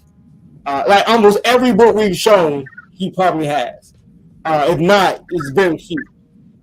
Amazing collection. Negro Romance. Now, Negro Romance was not a black published company. It was published by Fawcett. So from a black ownership, black publication standpoint, does it carry the same weight as All Negro Comics? Maybe not. But when you talk about positive black portrayals, the black family, black relationships, seen at scale, we never seen anything like that until we saw Negro Romance. And I think things like that are important. Especially during an era, I think people don't realize in the golden age, we didn't really have a lot of superhero books. Books were about westerns, romance, crime. These were the books. So romance was huge. And so to see this in the 50s, early, like 1950, like that early, and be able to get that black family representation, black love, black relationships, that alone puts this at classic level. The next book is a book, man. Good luck trying to find this book. This is a comic book. This comic came out in 1955. It's called Dig Negro Choice Magazine. Now, it's a full comic. Actually have it. If you want to look at it, go to my IG page, Black Key Comics. I have inside pages, everything. It's a full-blown comic book. This book was also similar to All Negro Comics. This was the second fully black-owned, fully black published comic book ever produced. The second in 1955, and that was the underground comic that came out in Detroit. Which is like the golden era, which is crazy. And so the crazy thing about this book is that it's so little information. I've had to like scrape and crawl to get the very little information I have. I think I developed a contact some years ago. I just haven't followed through, of someone that was going to be able to really give me some more information. But I was able to get some really good information. Learning it was an underground comic book. The goal was to be more like a quarterly type comic book. That's why you see like January and February, and you're going to see something kind of interesting. This book came out in 1955. A lot of those books were like 10 cents, 15 cents. They were charging 25 cents for this book because they were trying to raise money, because a lot of areas in this book were also advertised ad space. They were this book was similar to Black Men from the standpoint where it was not only a comic, but it was also a marketing piece to try to generate money to put out that second issue. But it never came out with a second issue. This book is a ghost. Like, it is an absolute ghost. But I put this at classic level. These 4 books should be in a museum. Like, that's why I put cultural milestones. These are 4 books that should absolutely be in a museum. The last book, Harlem Youth Report, Youth and Together. Most people that I have conversations with, I tell them this is probably the most significant, most important book in terms of content. You won't find a book that was designed to really have impact in the Black community the way this book did. This book was published by a group called HARU, and basically Harlem Youth Opportunities Unlimited. And it was comprised of educators, doctors, lawyers, psychiatrists, scientists, all black. Like they talk about a black think tank. It was crazy. And their goal was to look. They were looking at what was going on in black inner cities, crime, drugs, everything. And they wanted to create what they called this initiative called the Blueprint for Change. And so they were able to secure a grant for, I think, somewhere close to 200,000. Don't quote me on that, but it was six figures. It was a six-figure grant. And what they did was they came out with 5 pieces that were a part of this initiative. So when people usually ask, they say, okay, well, where's Harlem Youth Report number 1 through 4? Well, there was no 1 through 4. Number 5 was the 5th component of that actual initiative that they came out with. There are still some I'm still trying to find out. I know that there's this was one of them. I'll probably steal it later. Probably can't see it. I was coming right there with you today, brother. I got mine. Right? You got it. This book was one of the pieces that was a part of this. This was one of the 5 pieces that was a part of it. What's that's the second edition? You got the second edition too? So this is the thing. There is 2 of these. There's a hardcover and there is this cover. Now the hardcover is the exact same book, but it has a table of contents. This book is more like an outline. It doesn't really have a table of contents. Yeah. Right. So it kind of segments everything out from an outline format. But you won't find, like, if you ask me what is the most important, the most groundbreaking, historically black comic book ever produced, without a doubt, no question, it's Harlem Youth Report number 5. Because of what the book did, what the book was trying to accomplish, what the book did accomplish, how they were mobilizing the community, how they were. Hold it up again, Rico. It's right here. Yeah, Yeah, this is now. What I'll do is, if we do some, what I'll do, I actually own a Harlem Youth Report number 5. When we do the Hall, or when we just show books, I'll pull that book up and show that book. I actually show the comic book. I actually own the comic book, so I'll show that comic book also. But you won't find a book, if you ask my opinion, if somebody told me there's only one book out there I could own, I would pick Harlem Youth 5 all day. You'll find Harlem. You'll find all Negroes before you find Harlem. You probably will. Like right now, there are 2 Harlem Reports on eBay. My comic shop has one. I think they're trying to get $7,000 for it.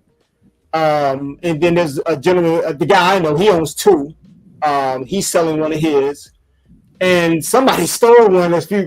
Somebody must have found one at a garage sale somewhere and posted. Dude, true story, y'all. Y'all gonna hit my stomach still hurts.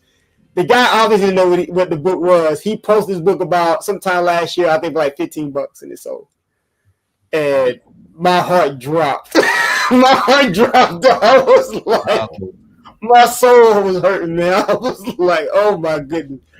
But that book, man, no book holds a candle to that book, because that book was all about change. It was all about having impact and changing lives, creating community, empowering the community, educating the community, creating financial literacy, creating health literacy, teaching kids about all aspects of this, from nutrition, everything. But they did it in a really, really cool way. It's a real legit comic book. Great book. So these are the classics. These are what I call this is Mount Rushmore, in my opinion. And some people may disagree, but I call this Mount Rushmore. Now I call these the trailblazers, heroes and heroines. And there's a reason why. Now, let me set this up. Everybody that knows me know I don't do qualifiers. Either you're a hero or you're not. I don't do the superhero, the super duper hero, the blind hero, the hero with crutches, the hero with X-ray vision, the hero that can bust through. The woke hero.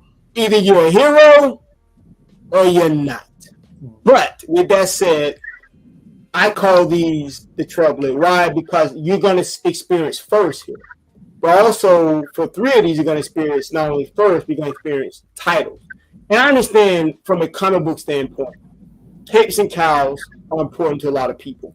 Heroes and heroines are all most people really invest in, emotionally and financially. And I get it, and that's fine. There's nothing wrong with that. So let's look at Lobo. We know Lobo. Lobo number 1, first African American hero to headline his own headline and title of comic book. That's big. 1965. We talked about it a little bit earlier.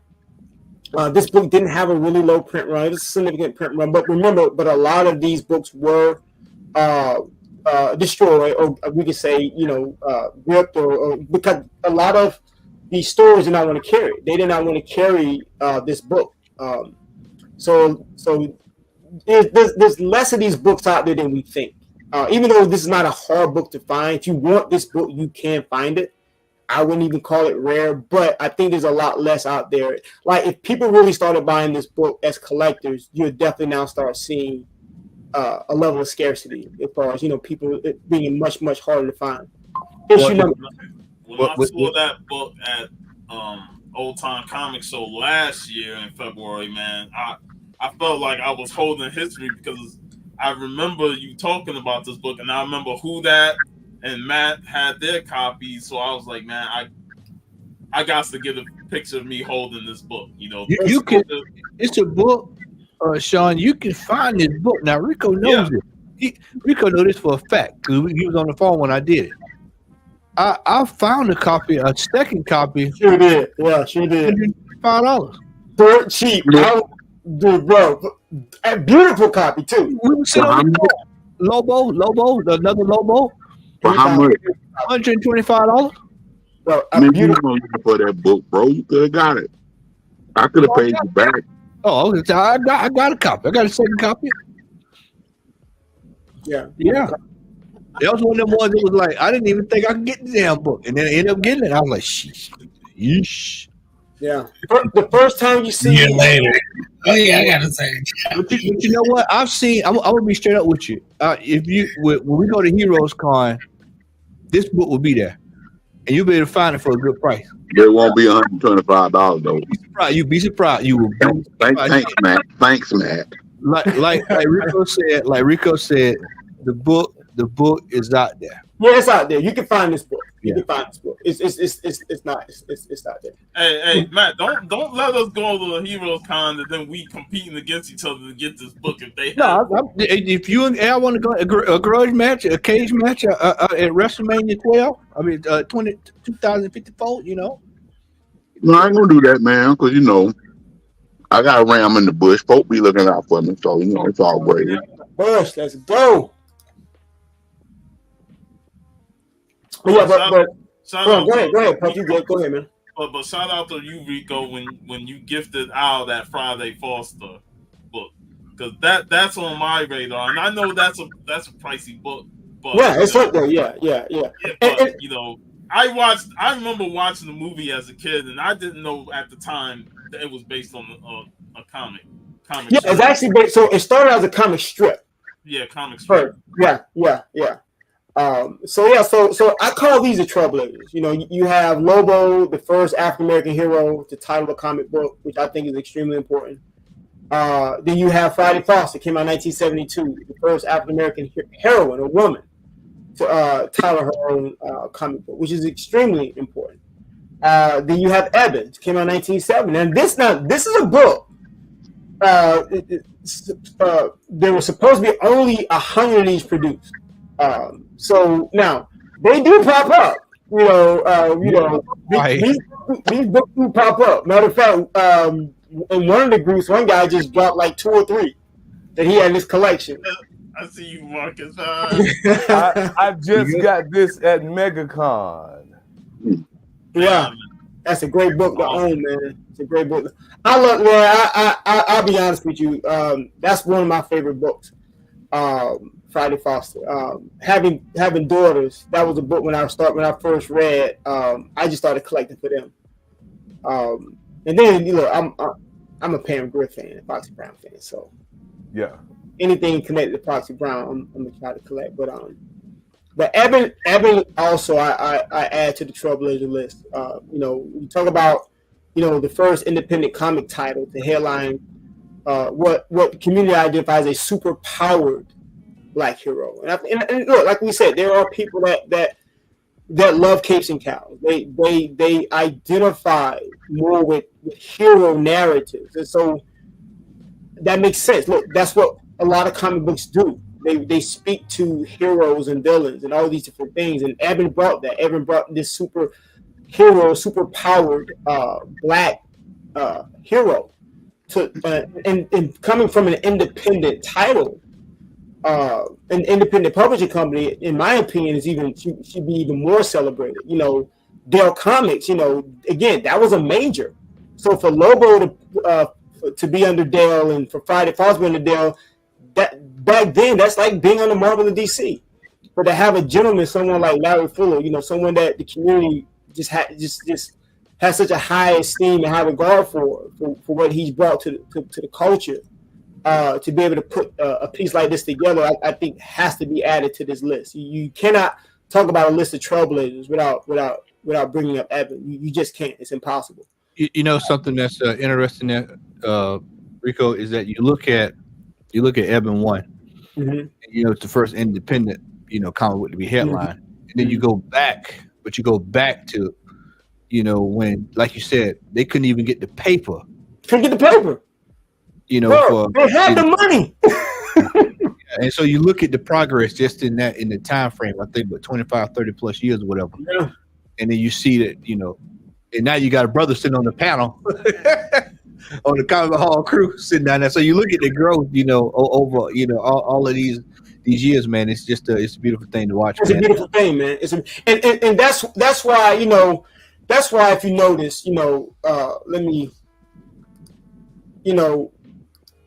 the classics, these are like the pioneers to me. This is the foundation, right? But that's why I look at this next slide as books. So these are the Trailblazers. These are the books that took these things and went that next level. They took what All Negro Comics wasn't able to do. So Larry Fuller would say, okay, he learned how to create a comic book. He did much of this, if I'm not mistaken.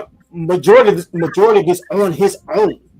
So to look at somebody to will himself to learn and not have to deal with what All Negro Comics had to deal with.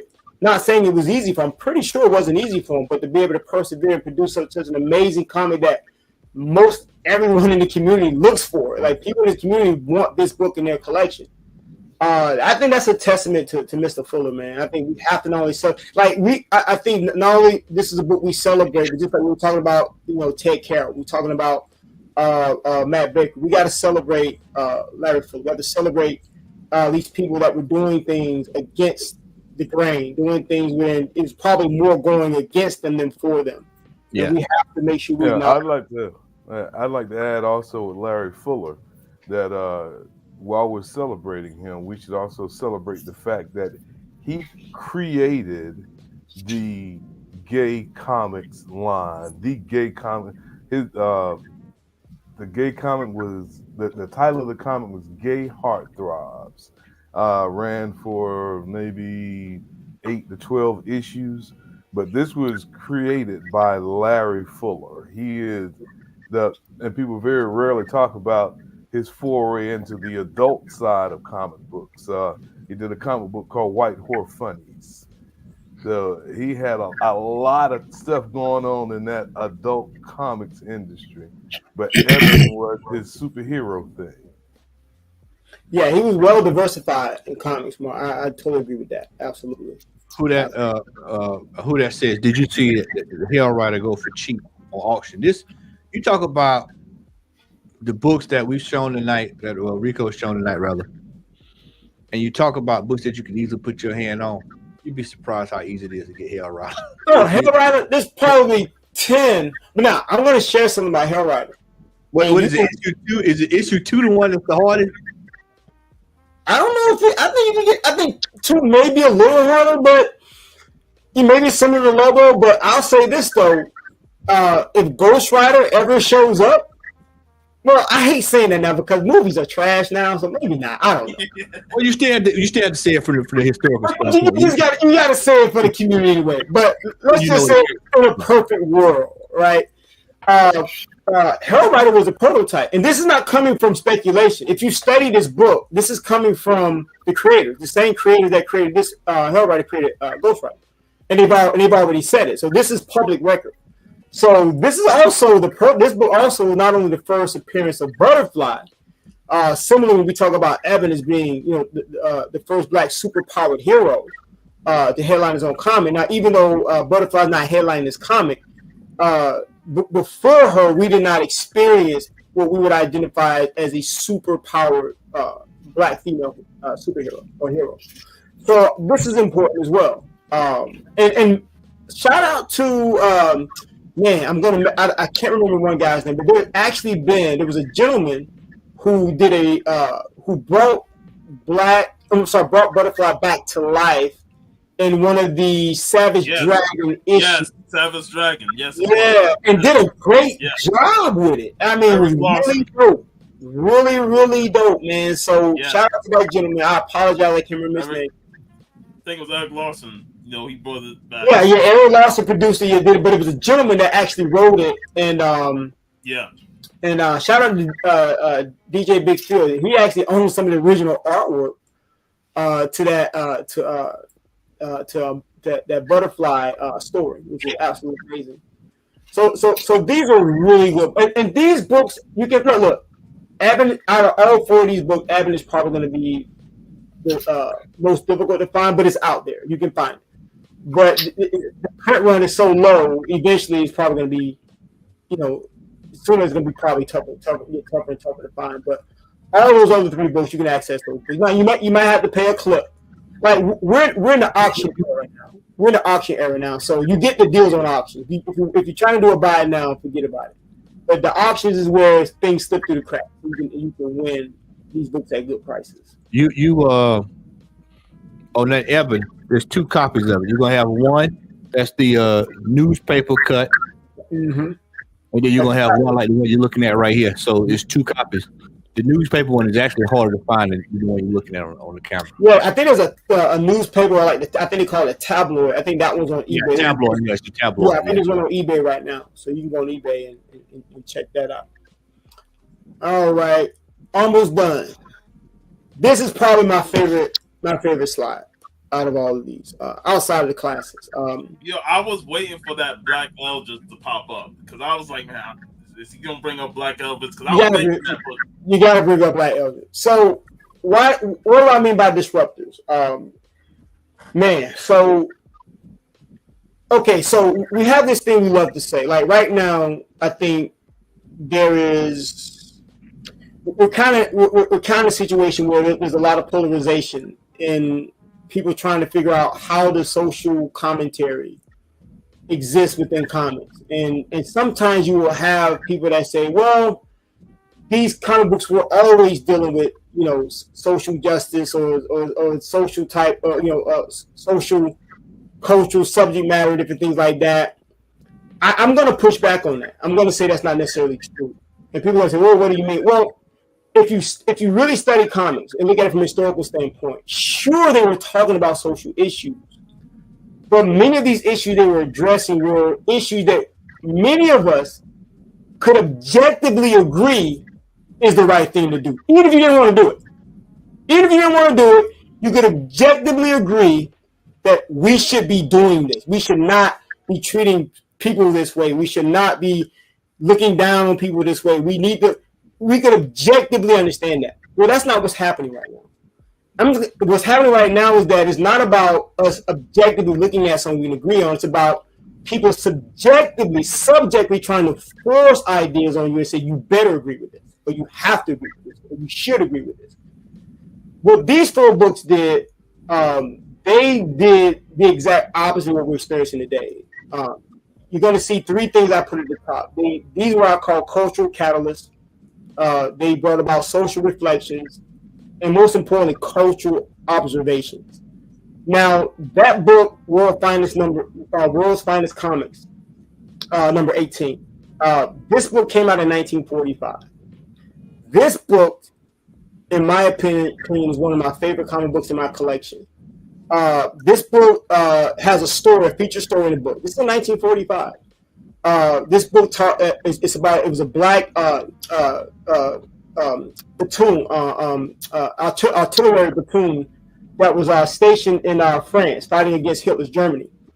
And what the book really deals with is about not only what they had to go through, these black troops had to go through, but while they were fighting, but most importantly, how they were being treated when they came home.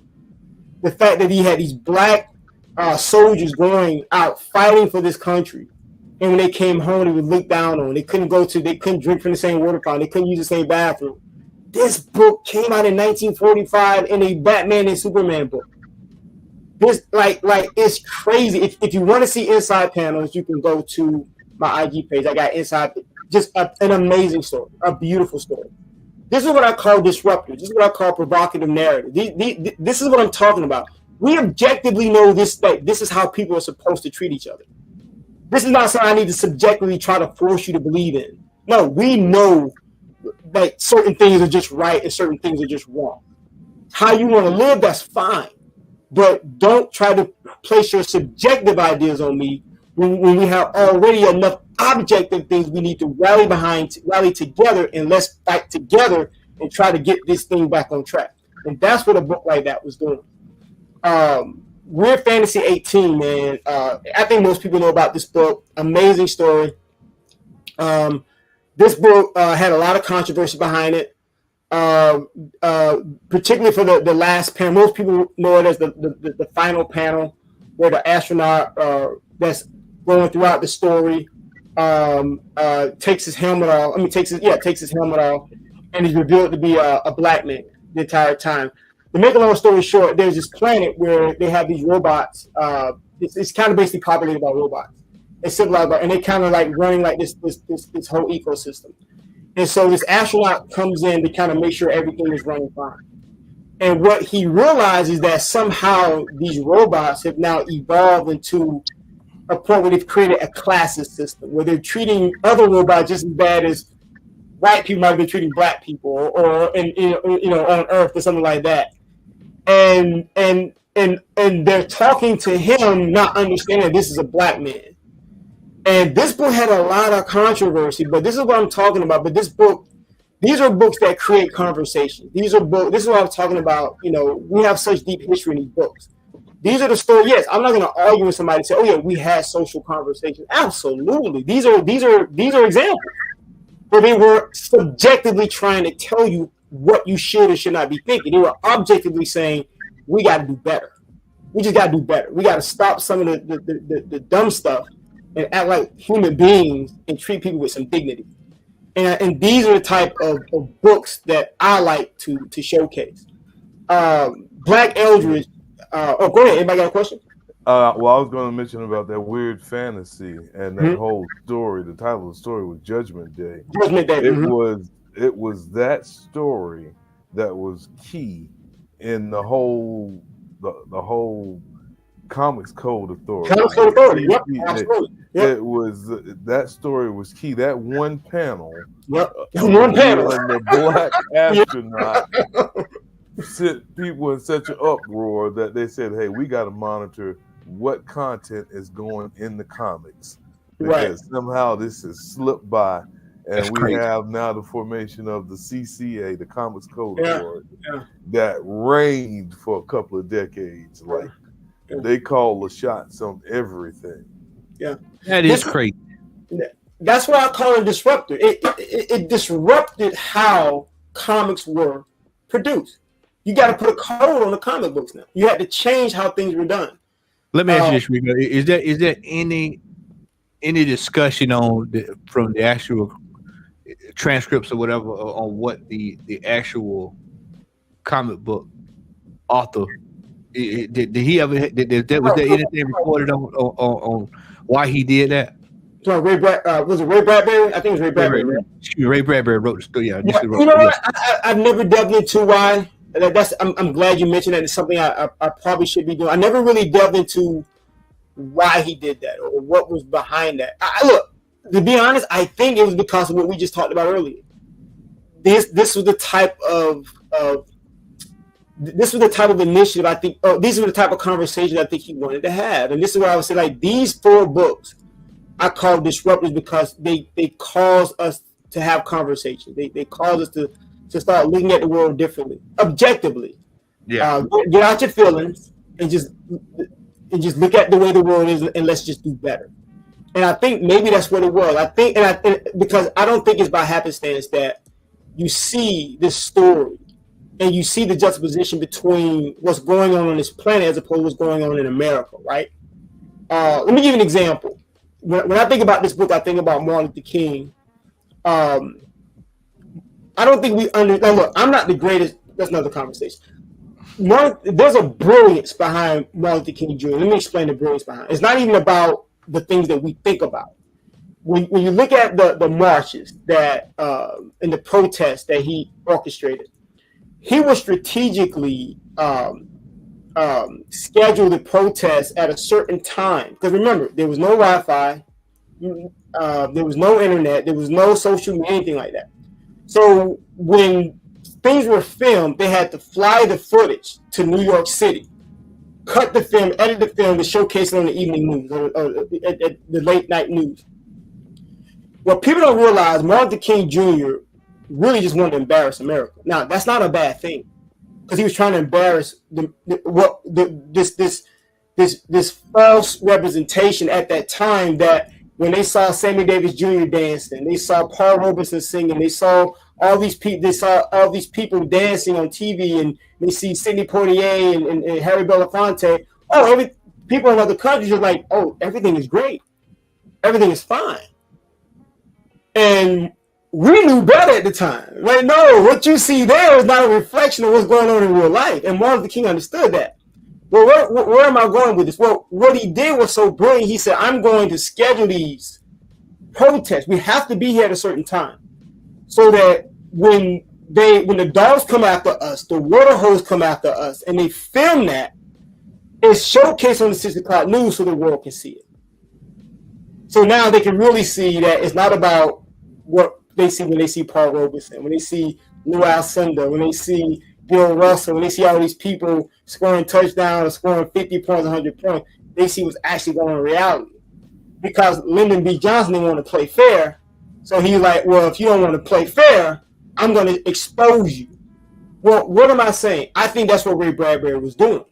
I think he was saying, there's a way to expose what's actually going on without saying what's actually going on. Let's create a whole new fictional environment on a whole other plane, a whole other planet. Let's not even use humans, let's use robots. But we're going to make sure that there's a clear juxtaposition between what's going on there using robots as what's going on with actual human beings. So I would make an argument and say I think that's what he was trying to do. And this ties into the next book because of how that book was such a disruptor that the government said we need to step in and investigate and shut this down. Because the end of the civil rights era, they tried very hard to not create new leaders. By trying to stop stuff like this. The Black Eldridge, shut down the Panthers, make sure that there's no powerful leaders coming out of this. And looking at Black Eldridge, and it's such a powerful cover. Well, that cover is insane. Now, let me say this. Shout out to the historic, the great Marcus Books. They're the ones that publish. They are the historic, the historic bookstore from the South, from the Bay Area out in California that actually published this book. When I first learned about this book, I was searching for this book, and I was like, I have to find this book. When I finally was able to get a copy of this book, it took forever. I immediately reached out to Marcus Books. I wanted to interview them because I could not find information on this book. Man, they were so kind. It was so, man, I'm talking about amazing.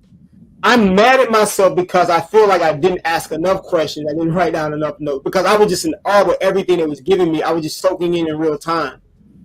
But what they were sharing with me about just everything about what they were doing and creating this book, and just what they were doing in general.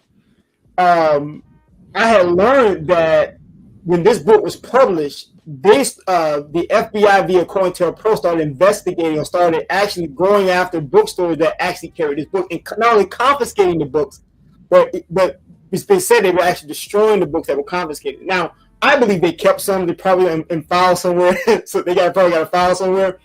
But that just shows you how polarizing this book was. It shows you how they thought a book like this was a threat to them. And you know, another thing is, me and VV talked about, and this was like, I think it was 2 years ago, our Black Media Man Cave reviewed this movie that I'd never heard of. Yeah. Spook Who Sat by the Door. Yeah.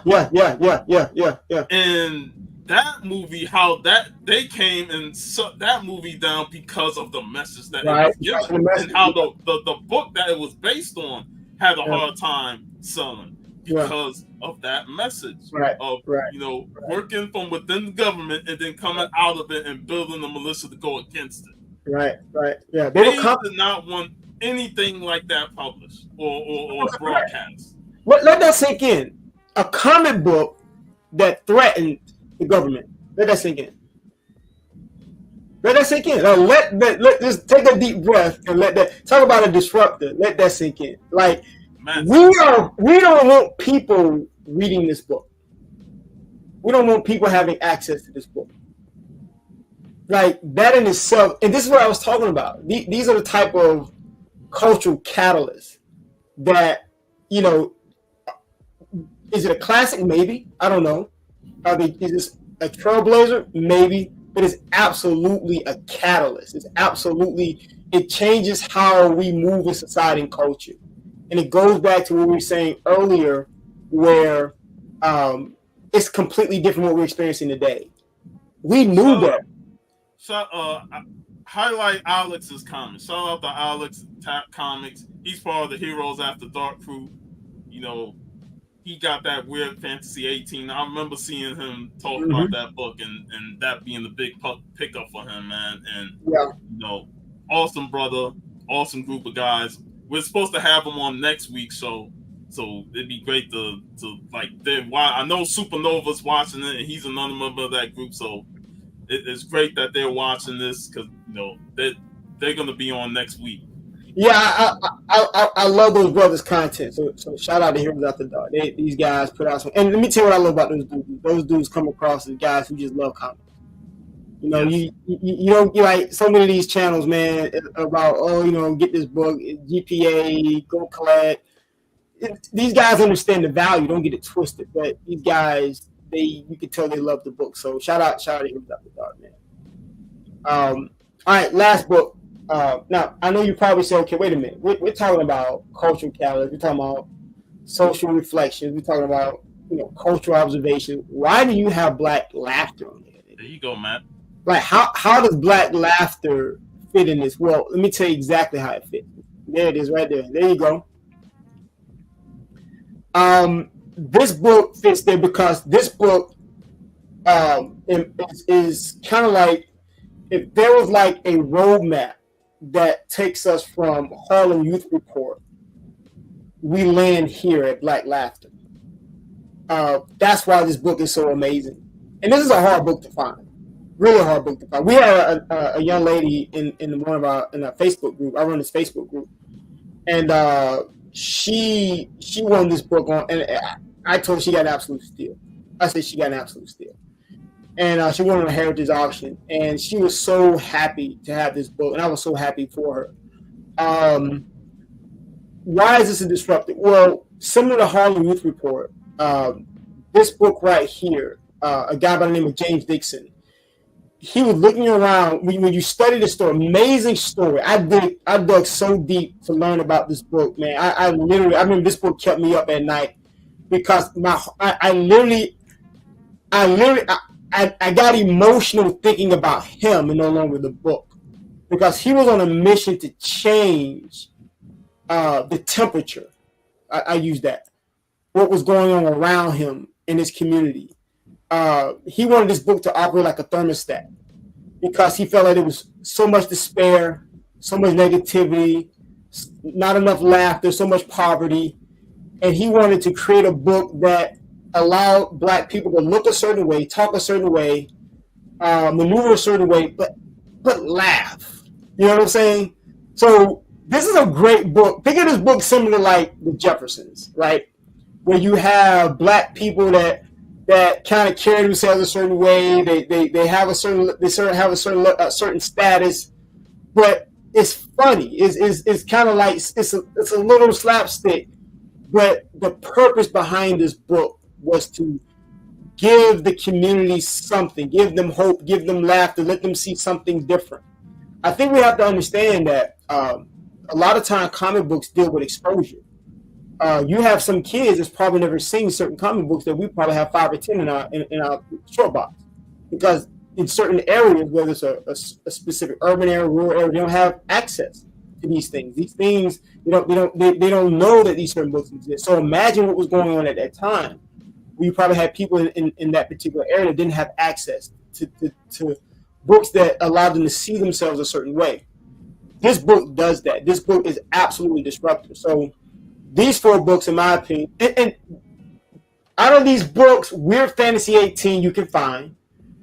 World's Finest would be the second easiest to find. Now that book sells, and it's not a super easy book to find, but it's out there. And I think I put the wrong number on the thing. It's World's Finest 17. And then, but Black Elders, good luck. Good luck. That's a spirit. That ain't even a ghost. And Black Laughter is a tough book too. But you can get access to Weird Fantasy. You can also get access to World's Finest. You can find those books. I think it should be pointed out, particularly in the case of the Adventures of Black Eldridge and going back to Eben. When these books came out, they came out during the underground comics movement period. San Francisco, and yeah. the thing about the underground comics movement period is, as you see, who's the distributor for Eben, who's the distributor for these books. There was no like distribution network that was dedicated to distributing underground comic books.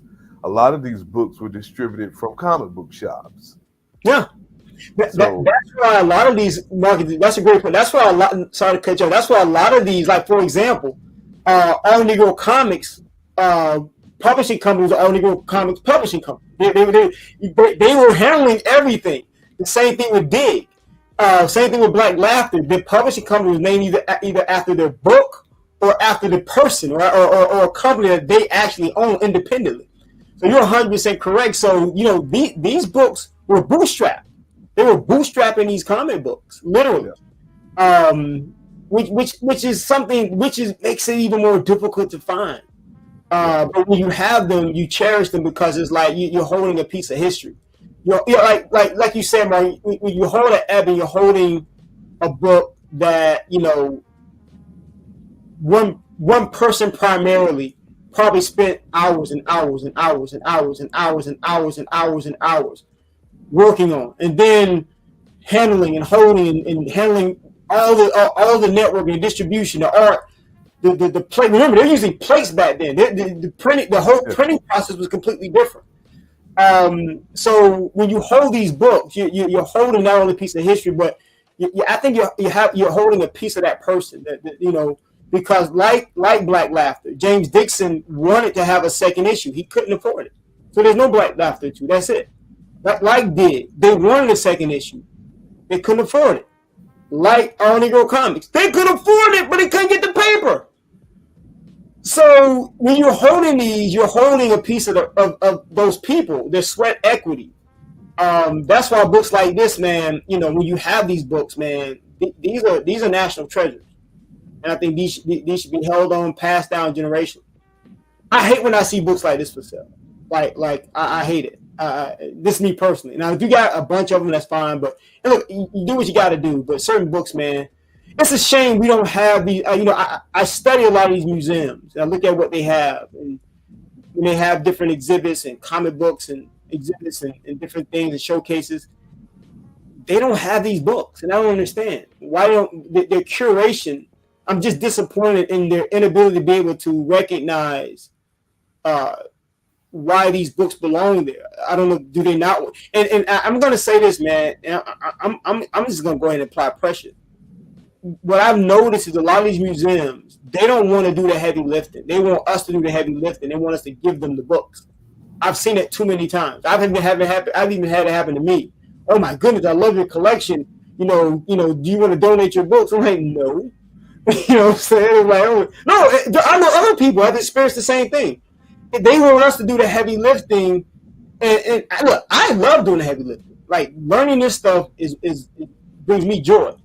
But they have the resources, they have the ability to be able to grab these books and showcase these books, and they have the brick and mortar operation for people to come in and learn, put the right exhibit in place. They have the donors involved. Why don't you have these books? And it just, I don't understand it, man. It's just frustrating. So that's neither here nor there. We'll move on to the final slide. This is the final slide. You want to say something, Al? Yeah, I was gonna answer Rico as far as the museums. I think the difference between you and the museums pretty much boils down to one thing, and that's passion. That's it. Like for example, when we first had you on the show last year, I told you it compelled me to actually want to take part in getting these books, even though some of these books are totally out of my wheelhouse as far as what I collect, because your passion shines through even tonight when you're talking about these books, the excitement that you have when you talk about these books and the way you explain the books. I mean, I was going to wait till the end of the show, but I mean, you put your foot in this presentation, man. I'm thinking I'm at college, you know what I'm saying? Like looking at a dissertation and stuff. But I mean, even with this, the production that you put in this particular presentation, it just shows you have that drive that they don't have. And that's the reason why you do what you do and they do what they do. But keep on moving, man. And I can see that, bro. I mean, it's one thing to collect something and say, well, I got it just to have it.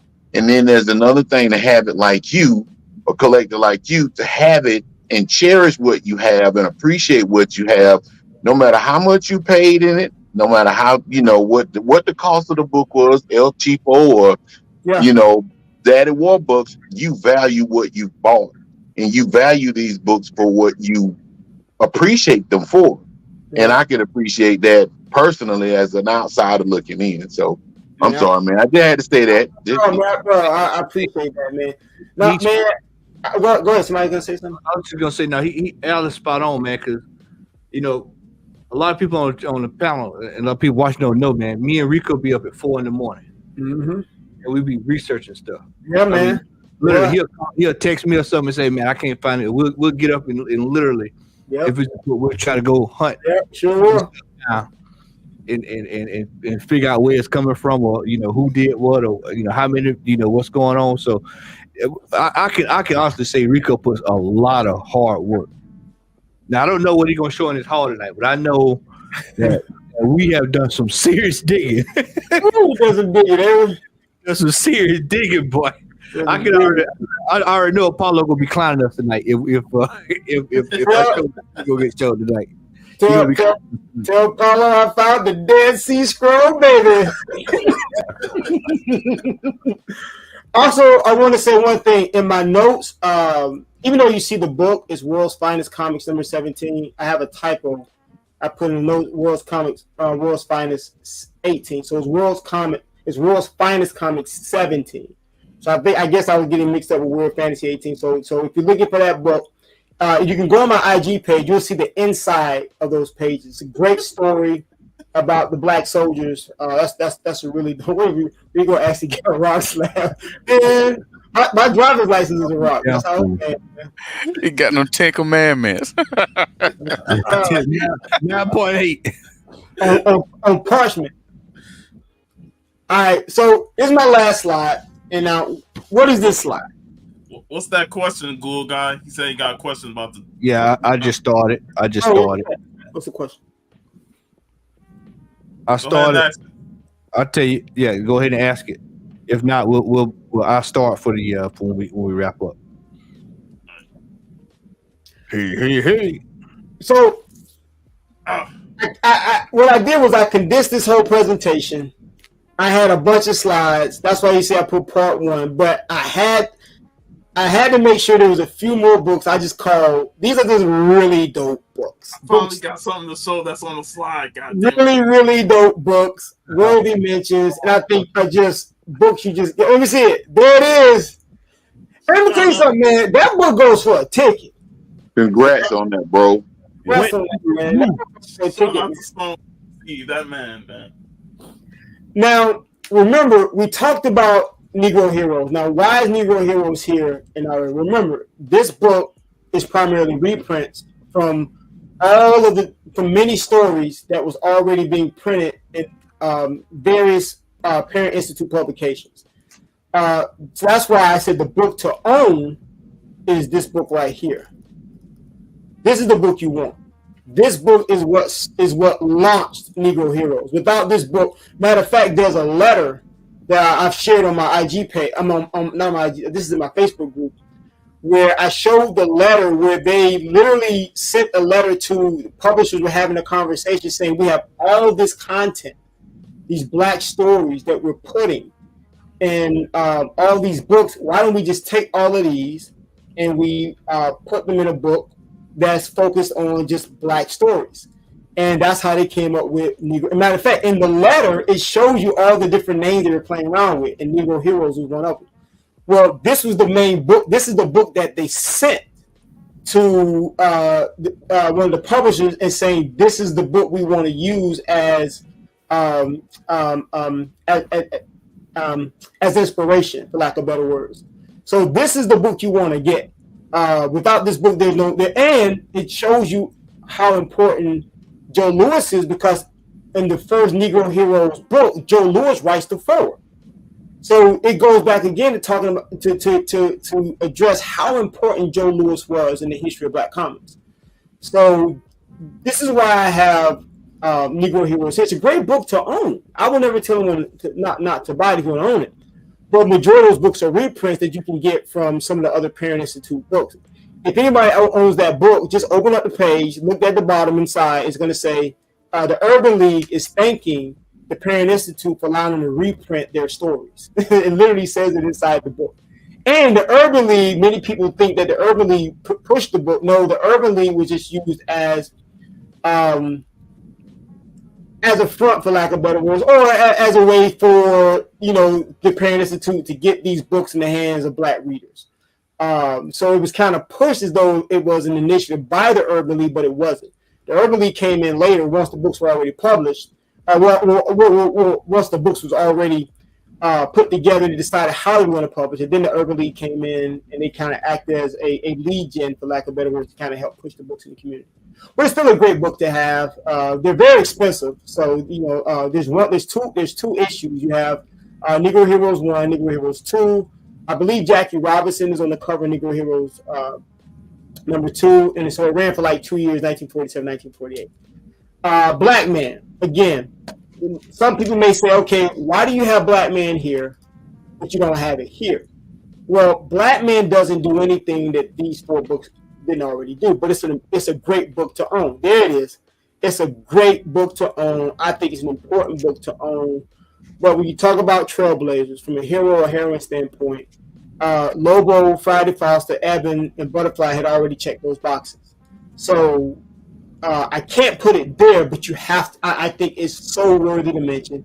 I think it's an amazing, and it's not cheap. Let me just keep it above. It's you can get it, but you're gonna pay for it. Hey, Rico, you got to also mention this too, man. That book was actually, correct me if I'm wrong, I'll make sure I got this right. That was a self-funded book that the gentleman took to a couple of shows, and that was pretty much all that was out there. Yeah. So now, somebody in the audience correct me. I believe the gentleman was from Indiana area. but he chose Texas to do like a test market. So he went to Texas to actually because he identified that area as a great opportunity to go in and try to sell the book. This book is really almost like a press release. Also, it's a comic book, but he's really highlighting and kind of marketing certain characters, because the goal was to use this book as a segue to a more extended run. So this book is a comic / marketing piece / press piece / all different type of things. So it goes back again. You know, books like this, you're not just holding the book; you're holding the person. You got a piece of that person when you have a piece of this book, because of what this person has to do. This dude is traveling from Indiana to Texas to try to put himself in the best position to succeed, to get this book off the ground. And so it's an amazing book to own, and so it's worthy of being on this list. So that's why I put it as a worthy mention. Power Man, this is a tough book to find. Before you go, Ghoul Guy mentioned, I think this book is a great book if we're talking about first cover of Joe, but it's not the first story about our boy Joe. He's talking about the True Comics. No. So which one are you talking about? I want to say he's talking about because he had the question about True Comics 5, but right there. He's going. If he can clarify what he meant, if he's talking about Joe Louis. No, so that book came out in 1941. From my research, please share it. I would love to see it. Man, that'd be great to know. From my research, that is the first time we see not only Joe Louis on the cover, but there are a zillion Joe Louis books out there. I'm only showing 4. Matter of fact, there's a series of comics called Pro Sports. Joe Louis has a book that was published in Mexico. But this book right here, True Comics number 5, this book came out in 1941. Picture News, that book came out in 1946. And that book, most people thought that was the first time we saw Joe Louis. So now he's commenting Fight Comics number 2, 1940. He beat Joe Louis's ass. Fight Comics number 2. Yeah. Please tell him to send that book. I would love to see that book. Tell him appreciate that. Fight Comics number 2. Was he on the cover, or was that an inside story? Yeah, I'm actually looking for it and looking it up now. I don't think he was on the cover of that book. No, he's not on the cover of this book. So remember, what did I say about this book then? So thanks. I said this is the first time you see not only him on the cover, but on that same cover, he also has a featured story. We never experienced that before. Matter of fact, watch this. There are books with Count Basie, Marian Anderson, Mary Bethune. There are a bunch of black stories you can find in the Golden Age, but you won't see them featured on the cover with their feature story on the inside. So, right. So now I see what he's saying. I thought he meant there was another. Oh yeah. I thought he meant like actual on the cover. Joe Louis on the cover of that book. Gotcha. Bro, there are probably another 10 Joe Louis books I didn't even mention. It's not even in there. So okay, I see what he's saying now. So I got you. No, you won't find another picture of Joe Louis on the cover of the book until that one. That was the first time, and have his own feature story in that same book at the same time. What happened? Oh, I'm sorry, brother. Oh, you're good. But that's good to know. That's good to know. There's probably about 4 or 5 books that matter of fact, there is a story. Matter of fact, the first Jackie Robinson story is actually in a Picture News comic. You can find. Are you all familiar with Jukebox comic books? No. Those are comic books that was like that. That were comic books about the. You had Count Basie stories in there. You had Lena Horne stories in there. So there, you're gonna always find. That's why I was saying that what the Parent Institute was doing was they already had all these stories. They had a myriad of stories already written, but they were sprinkled in other books, just like I guess what the gentleman was saying about comics. But never before, until True Comics number 5, did we actually see a black person on the cover that had his own feature story in the book also. And that book also spearheaded Negro Heroes.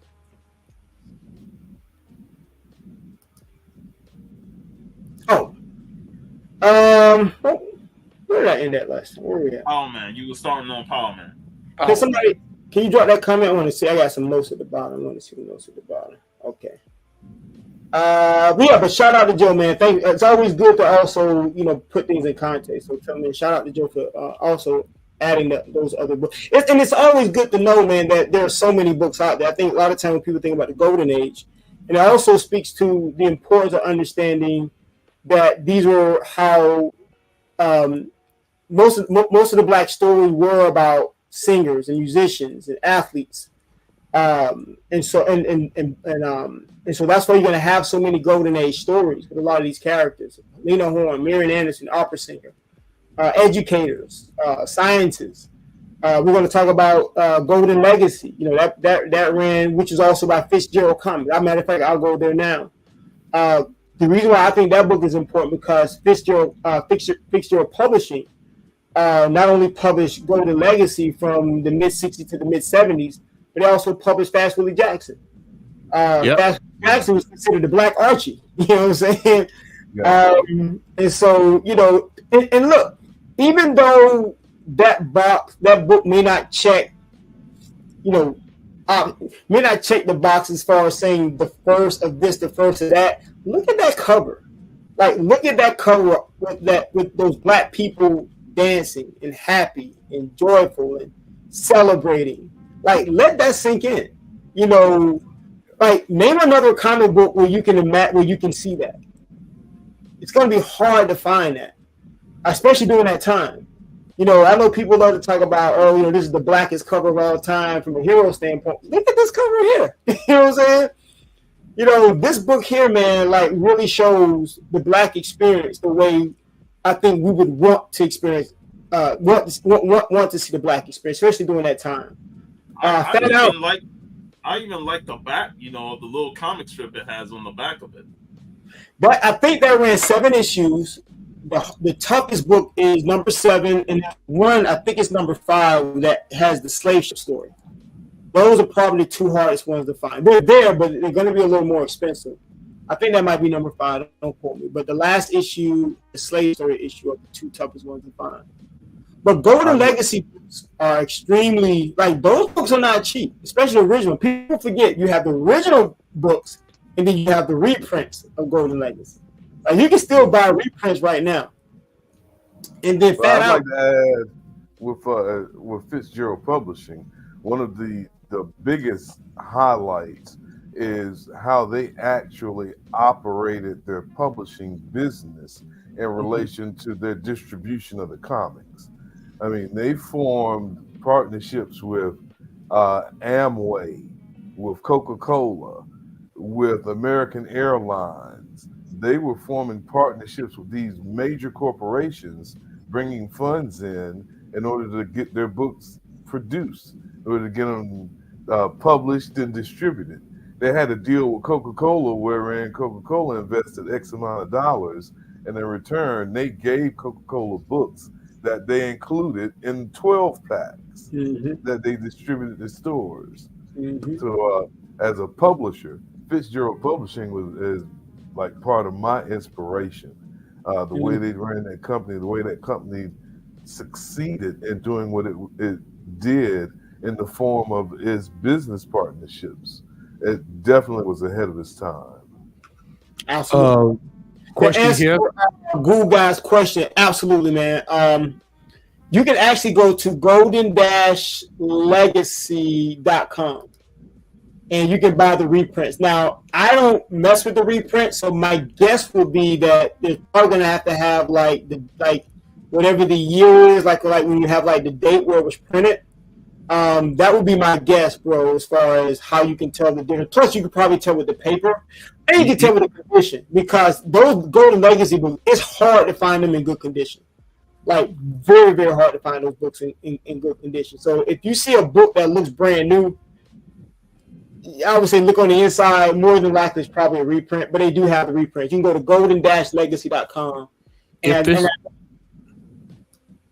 I was gonna say if it's a like Rico was saying, if the book looks good, you probably want to get it in the slab. All of my Golden Legacies are a slab because I wanted to make sure that they were not the reprints but first prints. So I would probably say if they're new, man, you probably want to take a look. And I don't quote me on this, but I think you can open them up and it should say second print inside the book. They also have this hardcover edition. So this hardcover edition is pretty dope. It has every last all the issues in there, so you can kind of like read it. I guess kind of like a trade paperback if you wanted to. Nice. So it's kinda cool. Yeah. So that's kind of cool. So you can, and I think you can buy. Matter of fact, I think you can buy that. Yeah, you can buy that on the website for $45. Yeah. I'd also like to point out something significant with Golden Legacy and the whole publishing aspect. They would actually go to these different art schools to recruit young artists and bring them in to give them experience. Oh, wow. And also with issue, I believe it's number 3, you find your first woman artist and writer, first Black woman artist / writer to do a story in a comic book. Golden Legacy number 3, that is. Wow, that's fantastic. That's fantastic.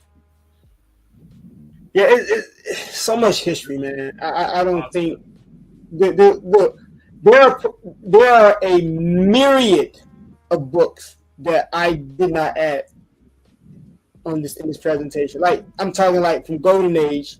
I didn't really even touch Silver Age because look, everybody know about T'Challa. You know what I'm saying? Everybody like what I wanted to do today was talk about books that most people don't hear about. You know, we know how to get a Tomb of Dracula 10. We know how to get a Black Lightning. We know how to get a FF52. You know, we can get these books. You know, you can get. We want to hear the stuff we don't know about. Right. Yeah. Absolutely, man. So that's it, fellas. I hope y'all enjoyed it. Man, hold on. Let me hit this button right here, right quick, man. Here we go. Let me get this. There we go.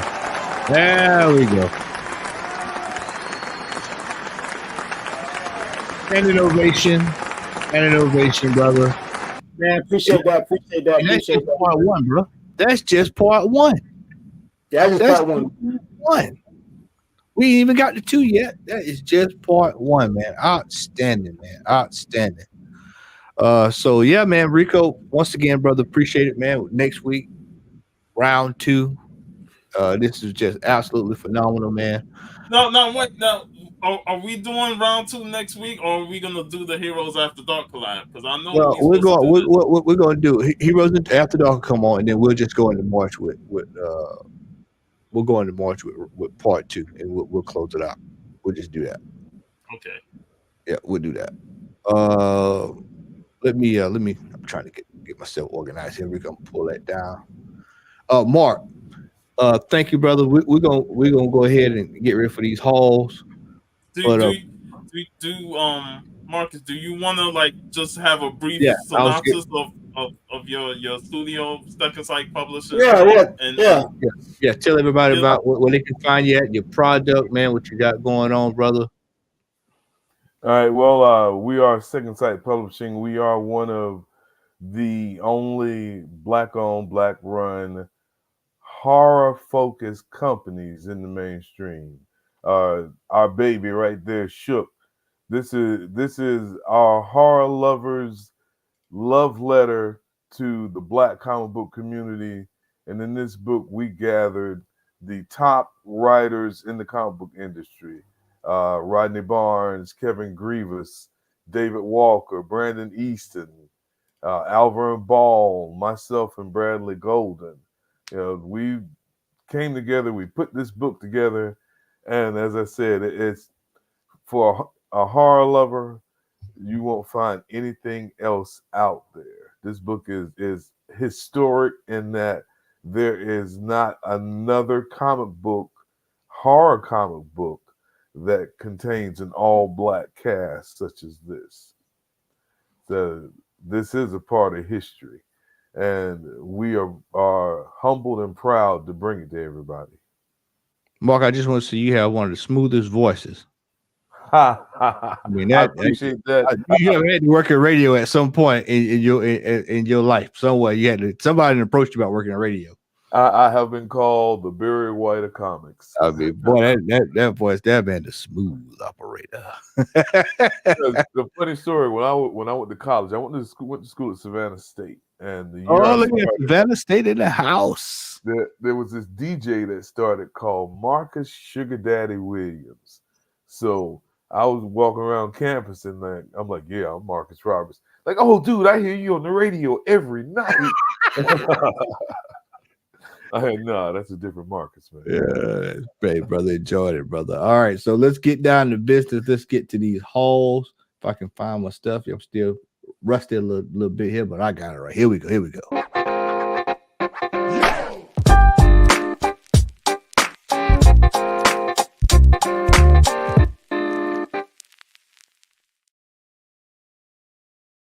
MegaCon. Back from MegaCon. I think you start with me, man. Back from MegaCon. MegaCon. All right, so I'm gonna start off with these. Some hip hop family treat, because we all love hip hop. You know, shout out to Stone Cold Steve and Unruly.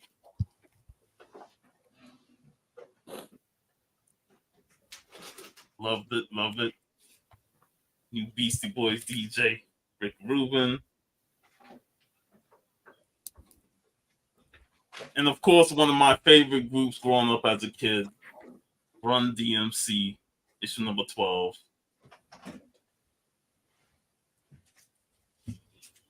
Man, what happened to the music, man? Oh, I'll get it. Give me a second. Bro.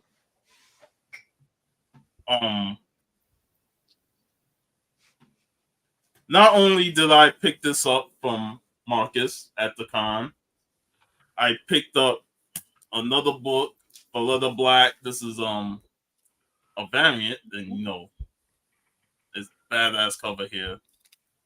And Marcus hit me to something. I still have the protective perforated cover of this. This is These Damn Kids number 2.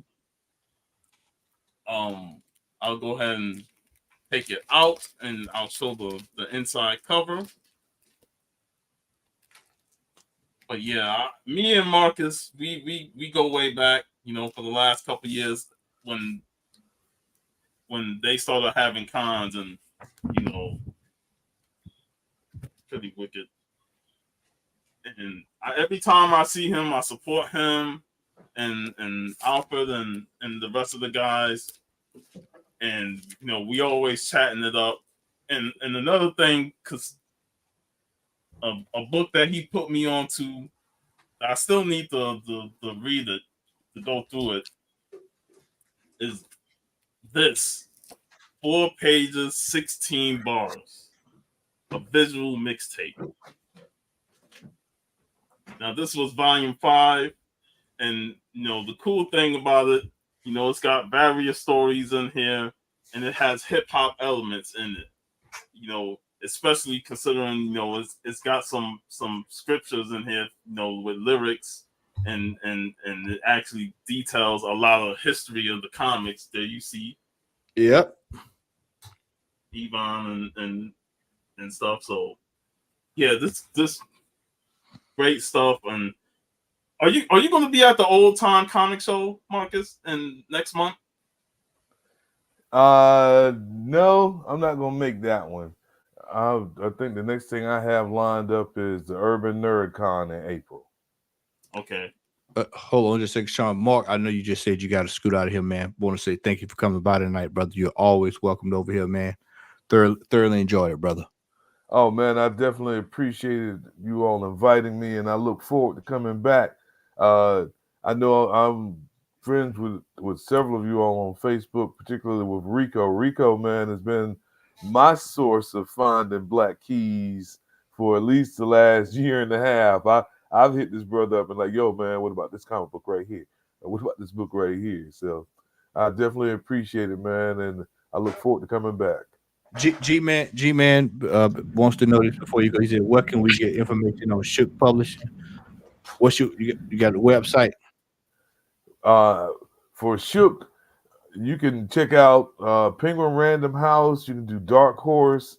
Man, you can go to Amazon. You can go anywhere and get Shook. The book is all over. Okay. It released January 30th to the retail bookstores, and they hit the local comic book shops January 31st. So, and I'll say this: go to secondsightpublishing.com, G-Man, or darkhorsecomics.com to look up this book on the show. All right, man. Awesome, brother. All right, I appreciate you, brothers. Blessed night, brother. Enjoyed it, man. All right, man. Peace. Later, Marcus. All right, Sean, coming back your way, brother. All right, so shout out to. Did you pay $500 for it? Oh, man. It was 75 with a discount, and I got this and this book. But the thing is, I was reaching for my wallet to buy it, and Damien Sleepy Reader 666 said, "I got you, Sean." And this is after Steve got him purchasing half of the books that he had. So he returned the gesture to me, and he purchased these books for me. So shout out to Damien. Like I said, the amount of love that I got from the community and I gave back was awesome at the show, and I love those guys. Another Alvin, I've been on the Alvin kick, picking up some Bell Alvin. That this was a MegaCon exclusive, Detective Comics 7. I got it for free. One of the guys. Lee. Huh? I said, golly.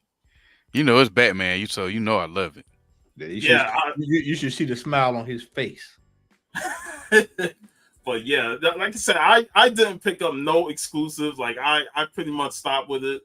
So one of the guys like, "You want it?" I'm like, "Hey, I'll take it if you're giving it to me." So I got that.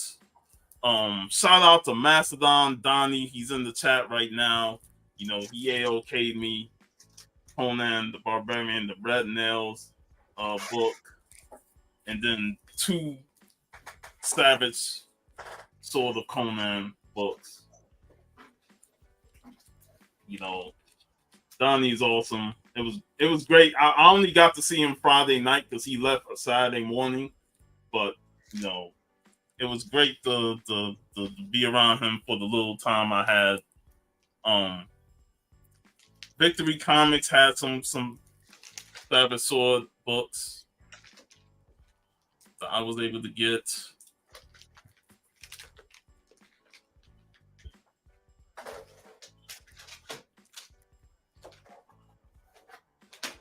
Just knocking away on the Conan books. Julie Bell's one of my favorite artists, and I picked up this Heavy Metal cover because it is just awesome.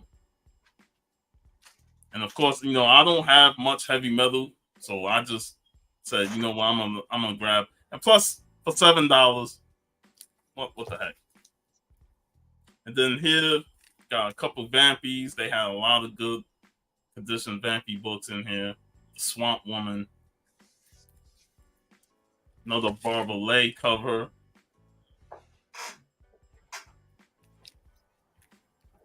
Number 40.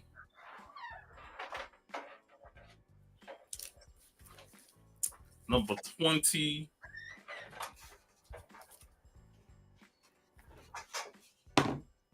Then I have number 101.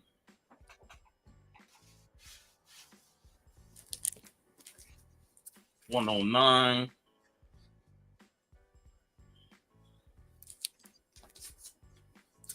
110.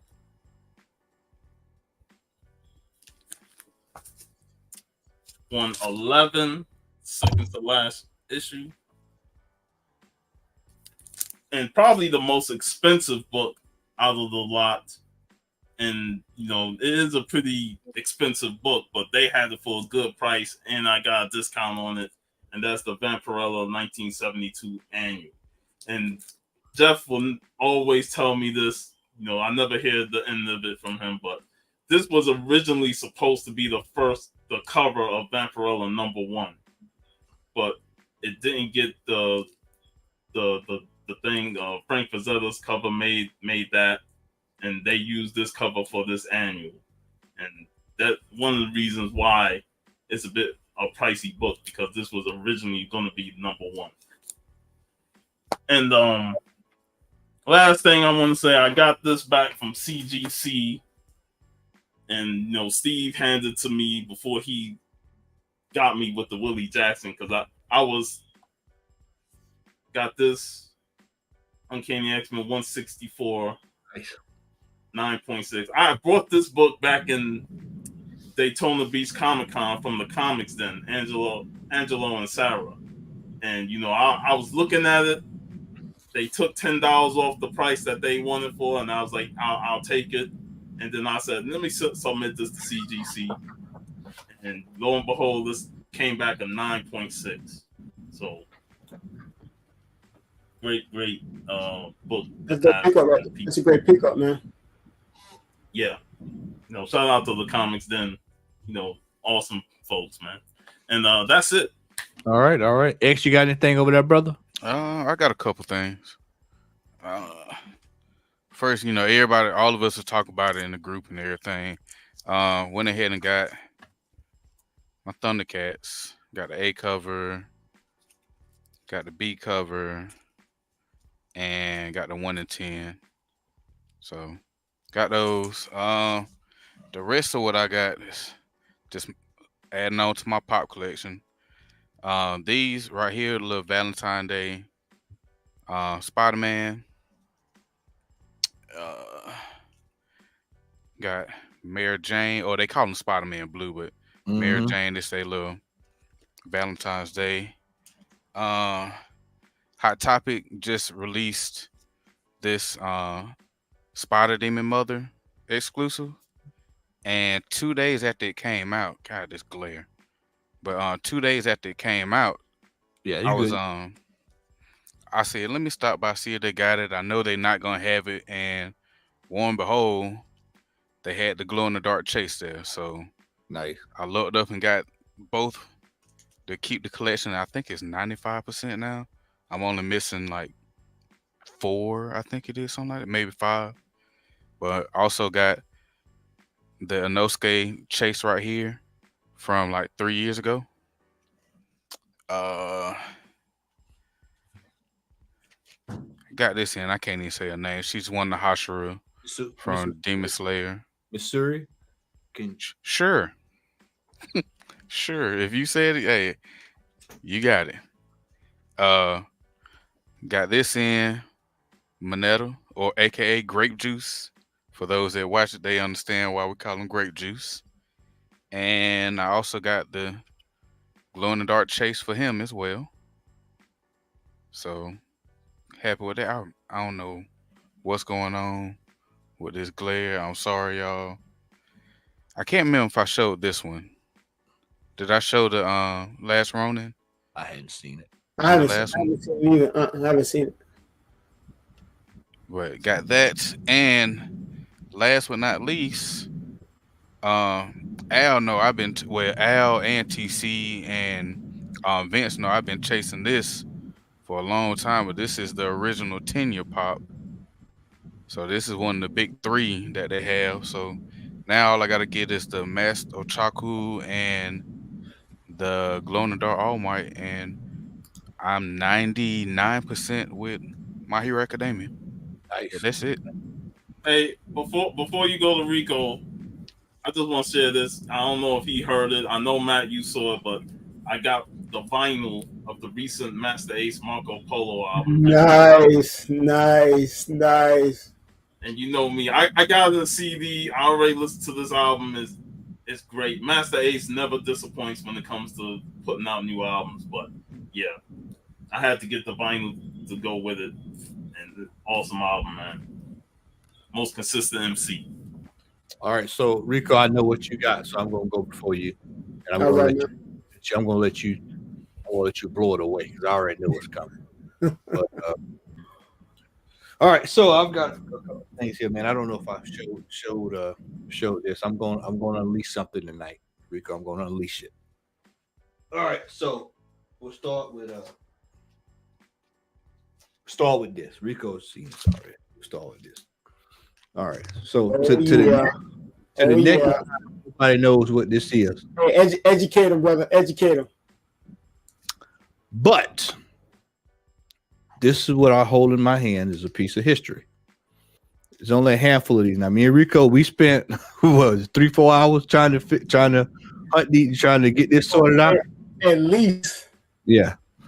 So this is the actual program from the 1983 Miss America pageant.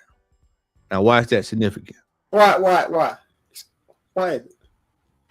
This is the program. This is the event where Vanessa Williams won Miss America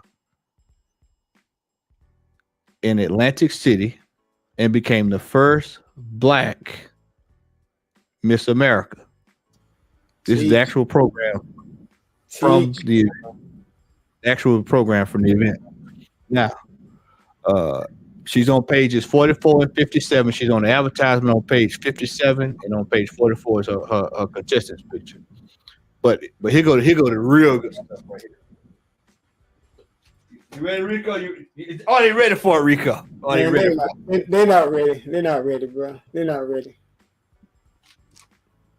This is actually harder to find than that. This is very tough.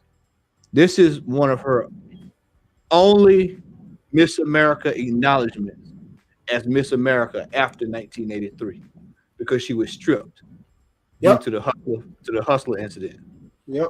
So they actually had to take these and throw them away because they had another Miss America that they put in place of her. So finding her on anything in 1984 with Miss America is pretty hard to find, recognized by Miss America. Because think about it, they were basically trying to remove her out of the history books. Yeah. So and the way I caught this was somebody, the young lady's mother was working with Miss America, and she actually kept this. She didn't know what she had, so I was like, "Yeah, well, I'll take it off you." And to throw it in there, the Ebony magazine cover of Miss America, Vanessa Williams. So man, I stepped into the comfort zone. As I showed earlier, this came while I was on my little hiatus. Black Man #1, 8-0. Yeah, I bought it at Heroes Con last year. Pablo said you got that hustler issue too. I got. No, I don't have that because that's actually. I was telling Rico about that. You ain't supposed to be telling folks you got that because it's actually got Tracy Lords in there. She was 15 years old, so you don't want to be running around telling folks you got that. I don't have that. I don't have that. They can't lock you up for that. Yes, they can. They can't they didn't even know what it was when they did it. But this came in Black Man #1. I bought it. I thought I was gonna get like maybe a 4 or 5. It came back at 8-0, which was insanity. So I was like, "Hey man, we're not gonna turn that down." Oh man. Also, I don't know if I showed this before I went on my hiatus, but I did. I got this at a show, Black Laughter #1. Shout out to the world famous Daves for just putting this in my hand. As soon as he saw me, he said, "I got something for you." I said, "What?" He showed it to me, and I said, "Yep, I will take it, brother. I will take it." Also came one of my books came back from grading as well. There's only one in existence, and you're looking at it. My Felix, the cat, down south. Shout out to my boy Quasar Comics for putting this in my hand, man. This is extremely hard to find. Extremely hard to find right here. And that slab ain't cracked, is it? No, it ain't cracked. Rico, I'm gonna roll it out, Rico. Rico stepped away. I'm gonna roll it out. All right, so this came in the mail. You'll see a theme in a little bit with me and Rico. This came in the mail. Douglas scroll. Right. No, right. It's not too far off. Not too far off. Let me move this out the way. Dang. We have MTV, Thriller, promotional poster. Michael Jackson. From night, yep. In the dates on here, this is when they would show. Remember when Thriller came out, and they had the world premiere on MTV. This is when they had the times, everything, the times and location, everything. All right, Stunned. All right, we're gonna sit this down here. Sort it out. And here goes the big one. The big one. So there are a few things that just sometimes I go, I can't believe I actually got this. And this is why I do this is why I do what I do. This is why I call it Midnight Riding. That's why I call it Midnight Riding. And so I showed Rico this. I said, brother, I can't believe this. And I showed it to him, and he couldn't believe it. He said, man, that is crazy.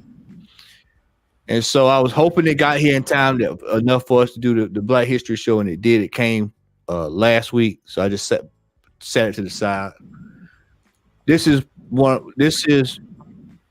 for the price I paid for it. I paid right around $200 for it. I tell you, I don't know where to throw my price at, but I paid around $200. You want to see it? Come on. I paid $200 for it, and I seen some go on Heritage for like crazy money, but to just be like, this is to have it is amazing.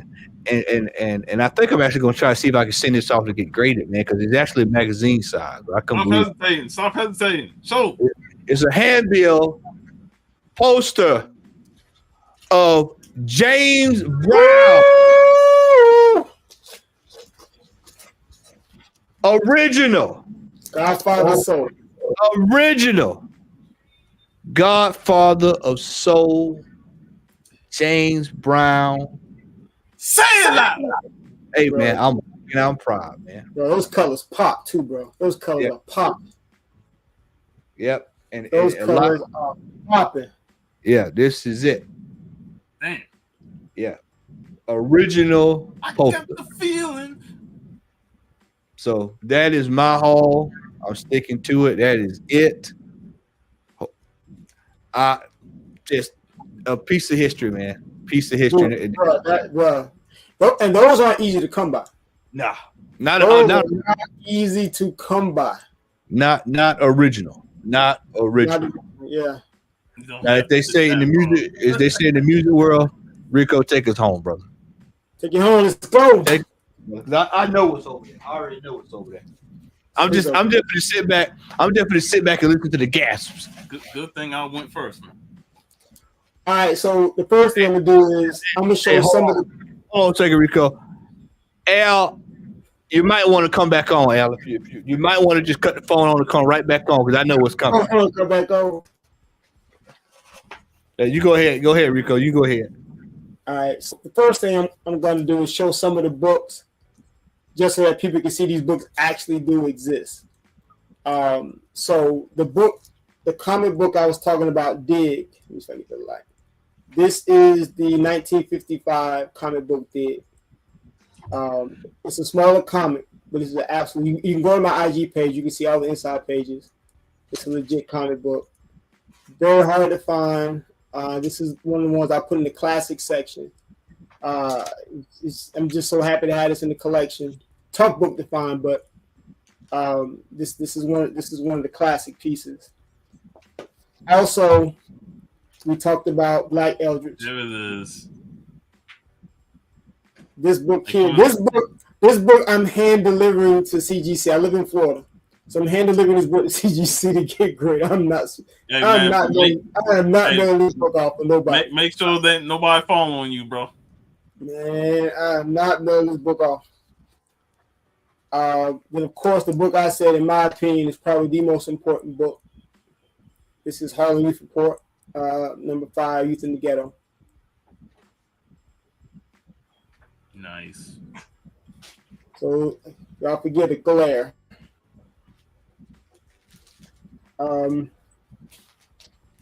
Also, last but not least, just want to share a few of the books we talked about. I have the U.S. and the Canadian version of True Comics number 5. Nice. So you can notice, you can look at the top piece.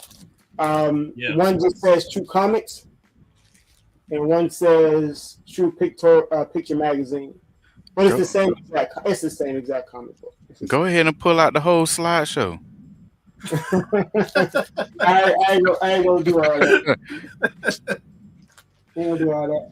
Also, this is a book I love that I didn't get a chance to talk about. Every time I find this book, I grab it. I found a beautiful copy. This book came out in 1970. This is Little Kids Introducing Calvin. This is a 3-part series. If I'm not mistaken, man, I think Chef just get that book too. Chef, I think Chef got that book recently. Man, dope book to have. It's 10, 11, and 12. It is a 3-part series that came out. If I'm not mistaken, this is the second Marvel book to title a black character, right behind Luke Cage, Hero for Hire, and I think it's right behind Luke Cage and right before Reno Jones, Gunhawks number 7 when he took on the title. So I have to go back and check for sure, but I think that order is correct, if I'm not mistaken. Yep, Chef said he got it. Yeah, good book, man. Great book to own. This right here, man. Is Al in here? Yeah, he's still in the chat. Yeah. All right, Al. So I know Al got I'm excited about this. So I actually got this. It's been a while, man. First of all, shout out, man. Rest in peace to.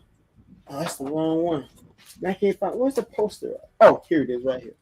So I have the poster, and I have a. This is a autograph.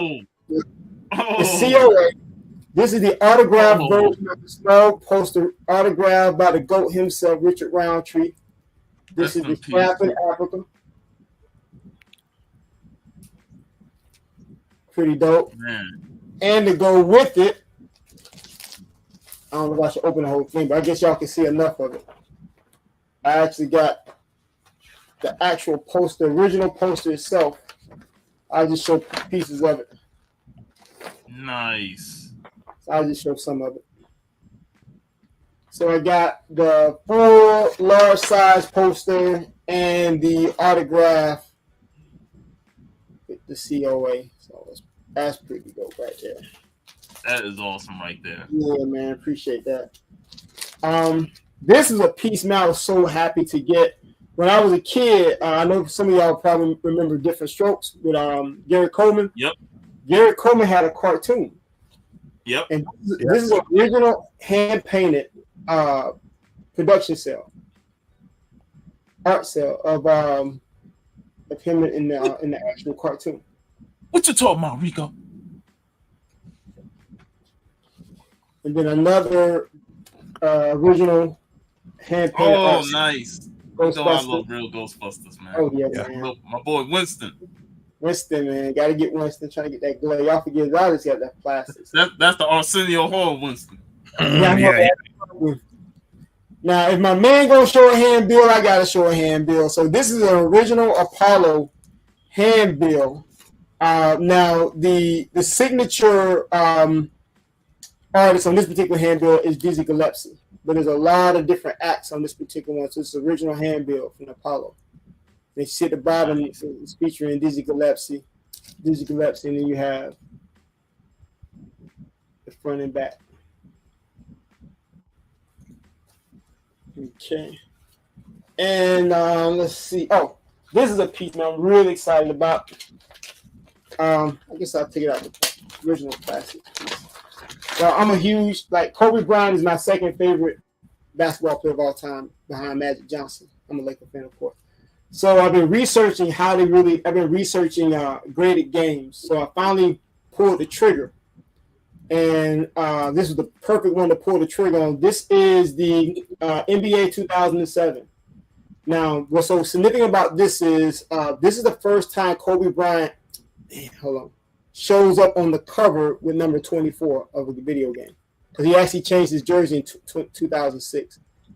So this is in a 9-8. This is in a 9-8. There's only 2 9-8s on the census, and this is one of them. Top class. And it's sealed, so it's pretty dope.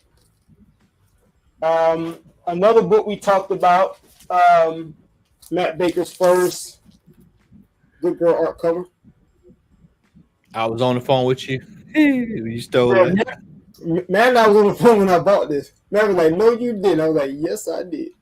I think that's saying that I got 69. Yep, you got 69 that night, and I got this one. Ain't that glare? Y'all forgive me the glare. I apologize. All good. And we also talked about Jumbo 69, Which we just did. Yeah, there you go, right there. Matt Baker's first credited art. Man, the glare is crazy, y'all. Apologize. A particular artist we did not talk about tonight, but we'll definitely talk about in part 2. One of my favorite comic book artists of all time, A.C. Hollingsworth. This is Mysterious Adventures number 5, one of my favorite Golden Age covers. A.C. Hollingsworth is one of the greatest Golden Age black comic book artists. And this is probably my favorite. This is Prime Mysteries number 2. This is a classic A.C. Hollingsworth cover. I don't know if I shared this one, but I don't think I shared it. You showed it to me, but yeah, you hadn't shared that one. Yeah. Okay. And last but not least, I actually opened this tonight, so y'all forgive if y'all heard some rambling. I had a box sitting here. I think, this is the perfect time to open this now. So, you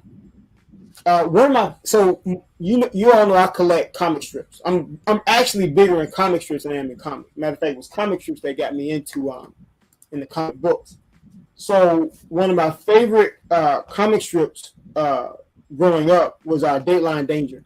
Dateline Danger was a comic strip that was actually inspired by I Spy, which was a TV show with Bill Cosby, and there was a black artist in there by the name of Danny Raven. And I've been searching for original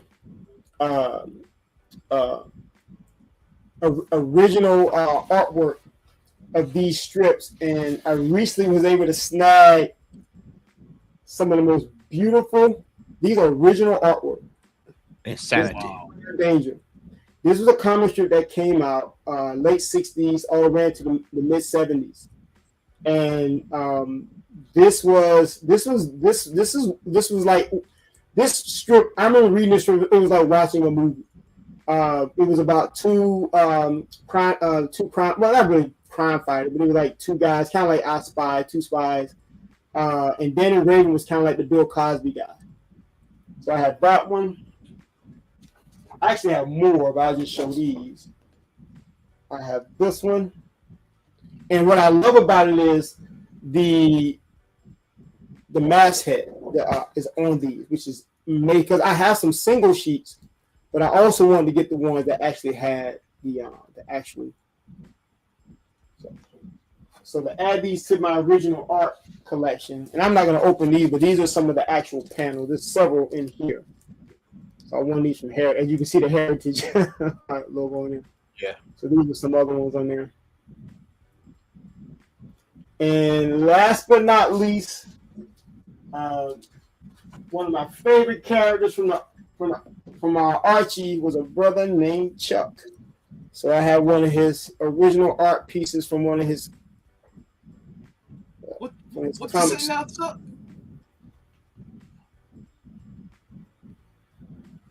Nice. Supreme. Oh, one more. Hold on. I think y'all might like this one. Let me see. Where is it at? Oh, here it is. So this is something that most of you probably know about. Oh man, this man busting out the source mag. This is something that most of you already know about, but if you don't, you definitely want to get hip to this. So those that love Boondocks and collect Boondocks, this was the first time Boondocks was ever published in a nationally syndicated publication. When Boondocks first came out, it was like in a school newspaper. So before then, that was the only time you could actually access, because it was like in a school newspaper. What year was that? This is 1998. So let me see if I can find. Man, I used to have the bookmark. So that means that was printed in 97. Yeah, right. Yeah, they used to be on Black Voices, man. That's how I know. They used to be on Black Voices back in the day, man.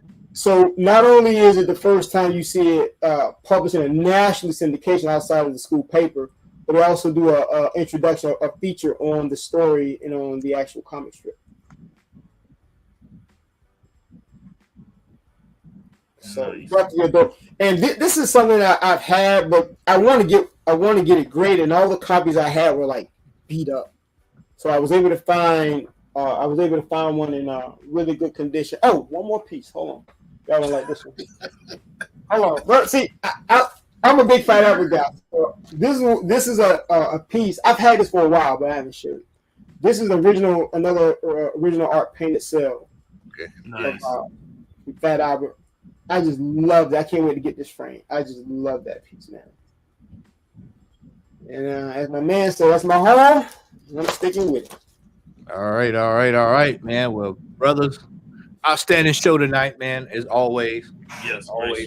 Great show. Next week, Heroes After Dark will be in the building. We'll be having a good time, chatting it up. Rico, cannot thank you enough, brother, for putting this together, man. And happy 1 year being with us, man. Yeah, man. Yeah. Man, appreciate you guys. Love you guys, man. Appreciate it, man. Yep. Marcus, if you're still watching, brother, appreciate you for coming through, man. Thoroughly enjoyed it. Remo, it's good to see you, man. It's only one man that we missing. Hadn't seen him in almost 7, 8, 9 months. Bro Crocker, we need you back. I've been gone, I'm back. He might pop on off once we go off, man. Yeah, he might. He know just putting his. Now I think thanks to wife's birthday this weekend, so they probably enjoying this stuff. So, but we was missing Chris this week, so that Chris will probably be back next week. He was in the chat too, though. Yep, he was in the chat. We'll probably rerun this show at some point this week. And so for those who missed anything, you can always go back and rewatch it, but we're going to probably rerun it again this week so that you can check it out, man. I want to say thanks for everybody coming through. Who that? Good to see you in the chat. G-Man, always good to see you. What's up? Alex Gould, Paulo, Chef, everybody, Barbarian, everybody. Thank y'all for coming through. If I missed anybody, as the old folks say, kind of to put my head, not my heart. We love all y'all. We appreciate you. And guess what, ladies and gentlemen? We are out. Have a good night, everybody. Peace.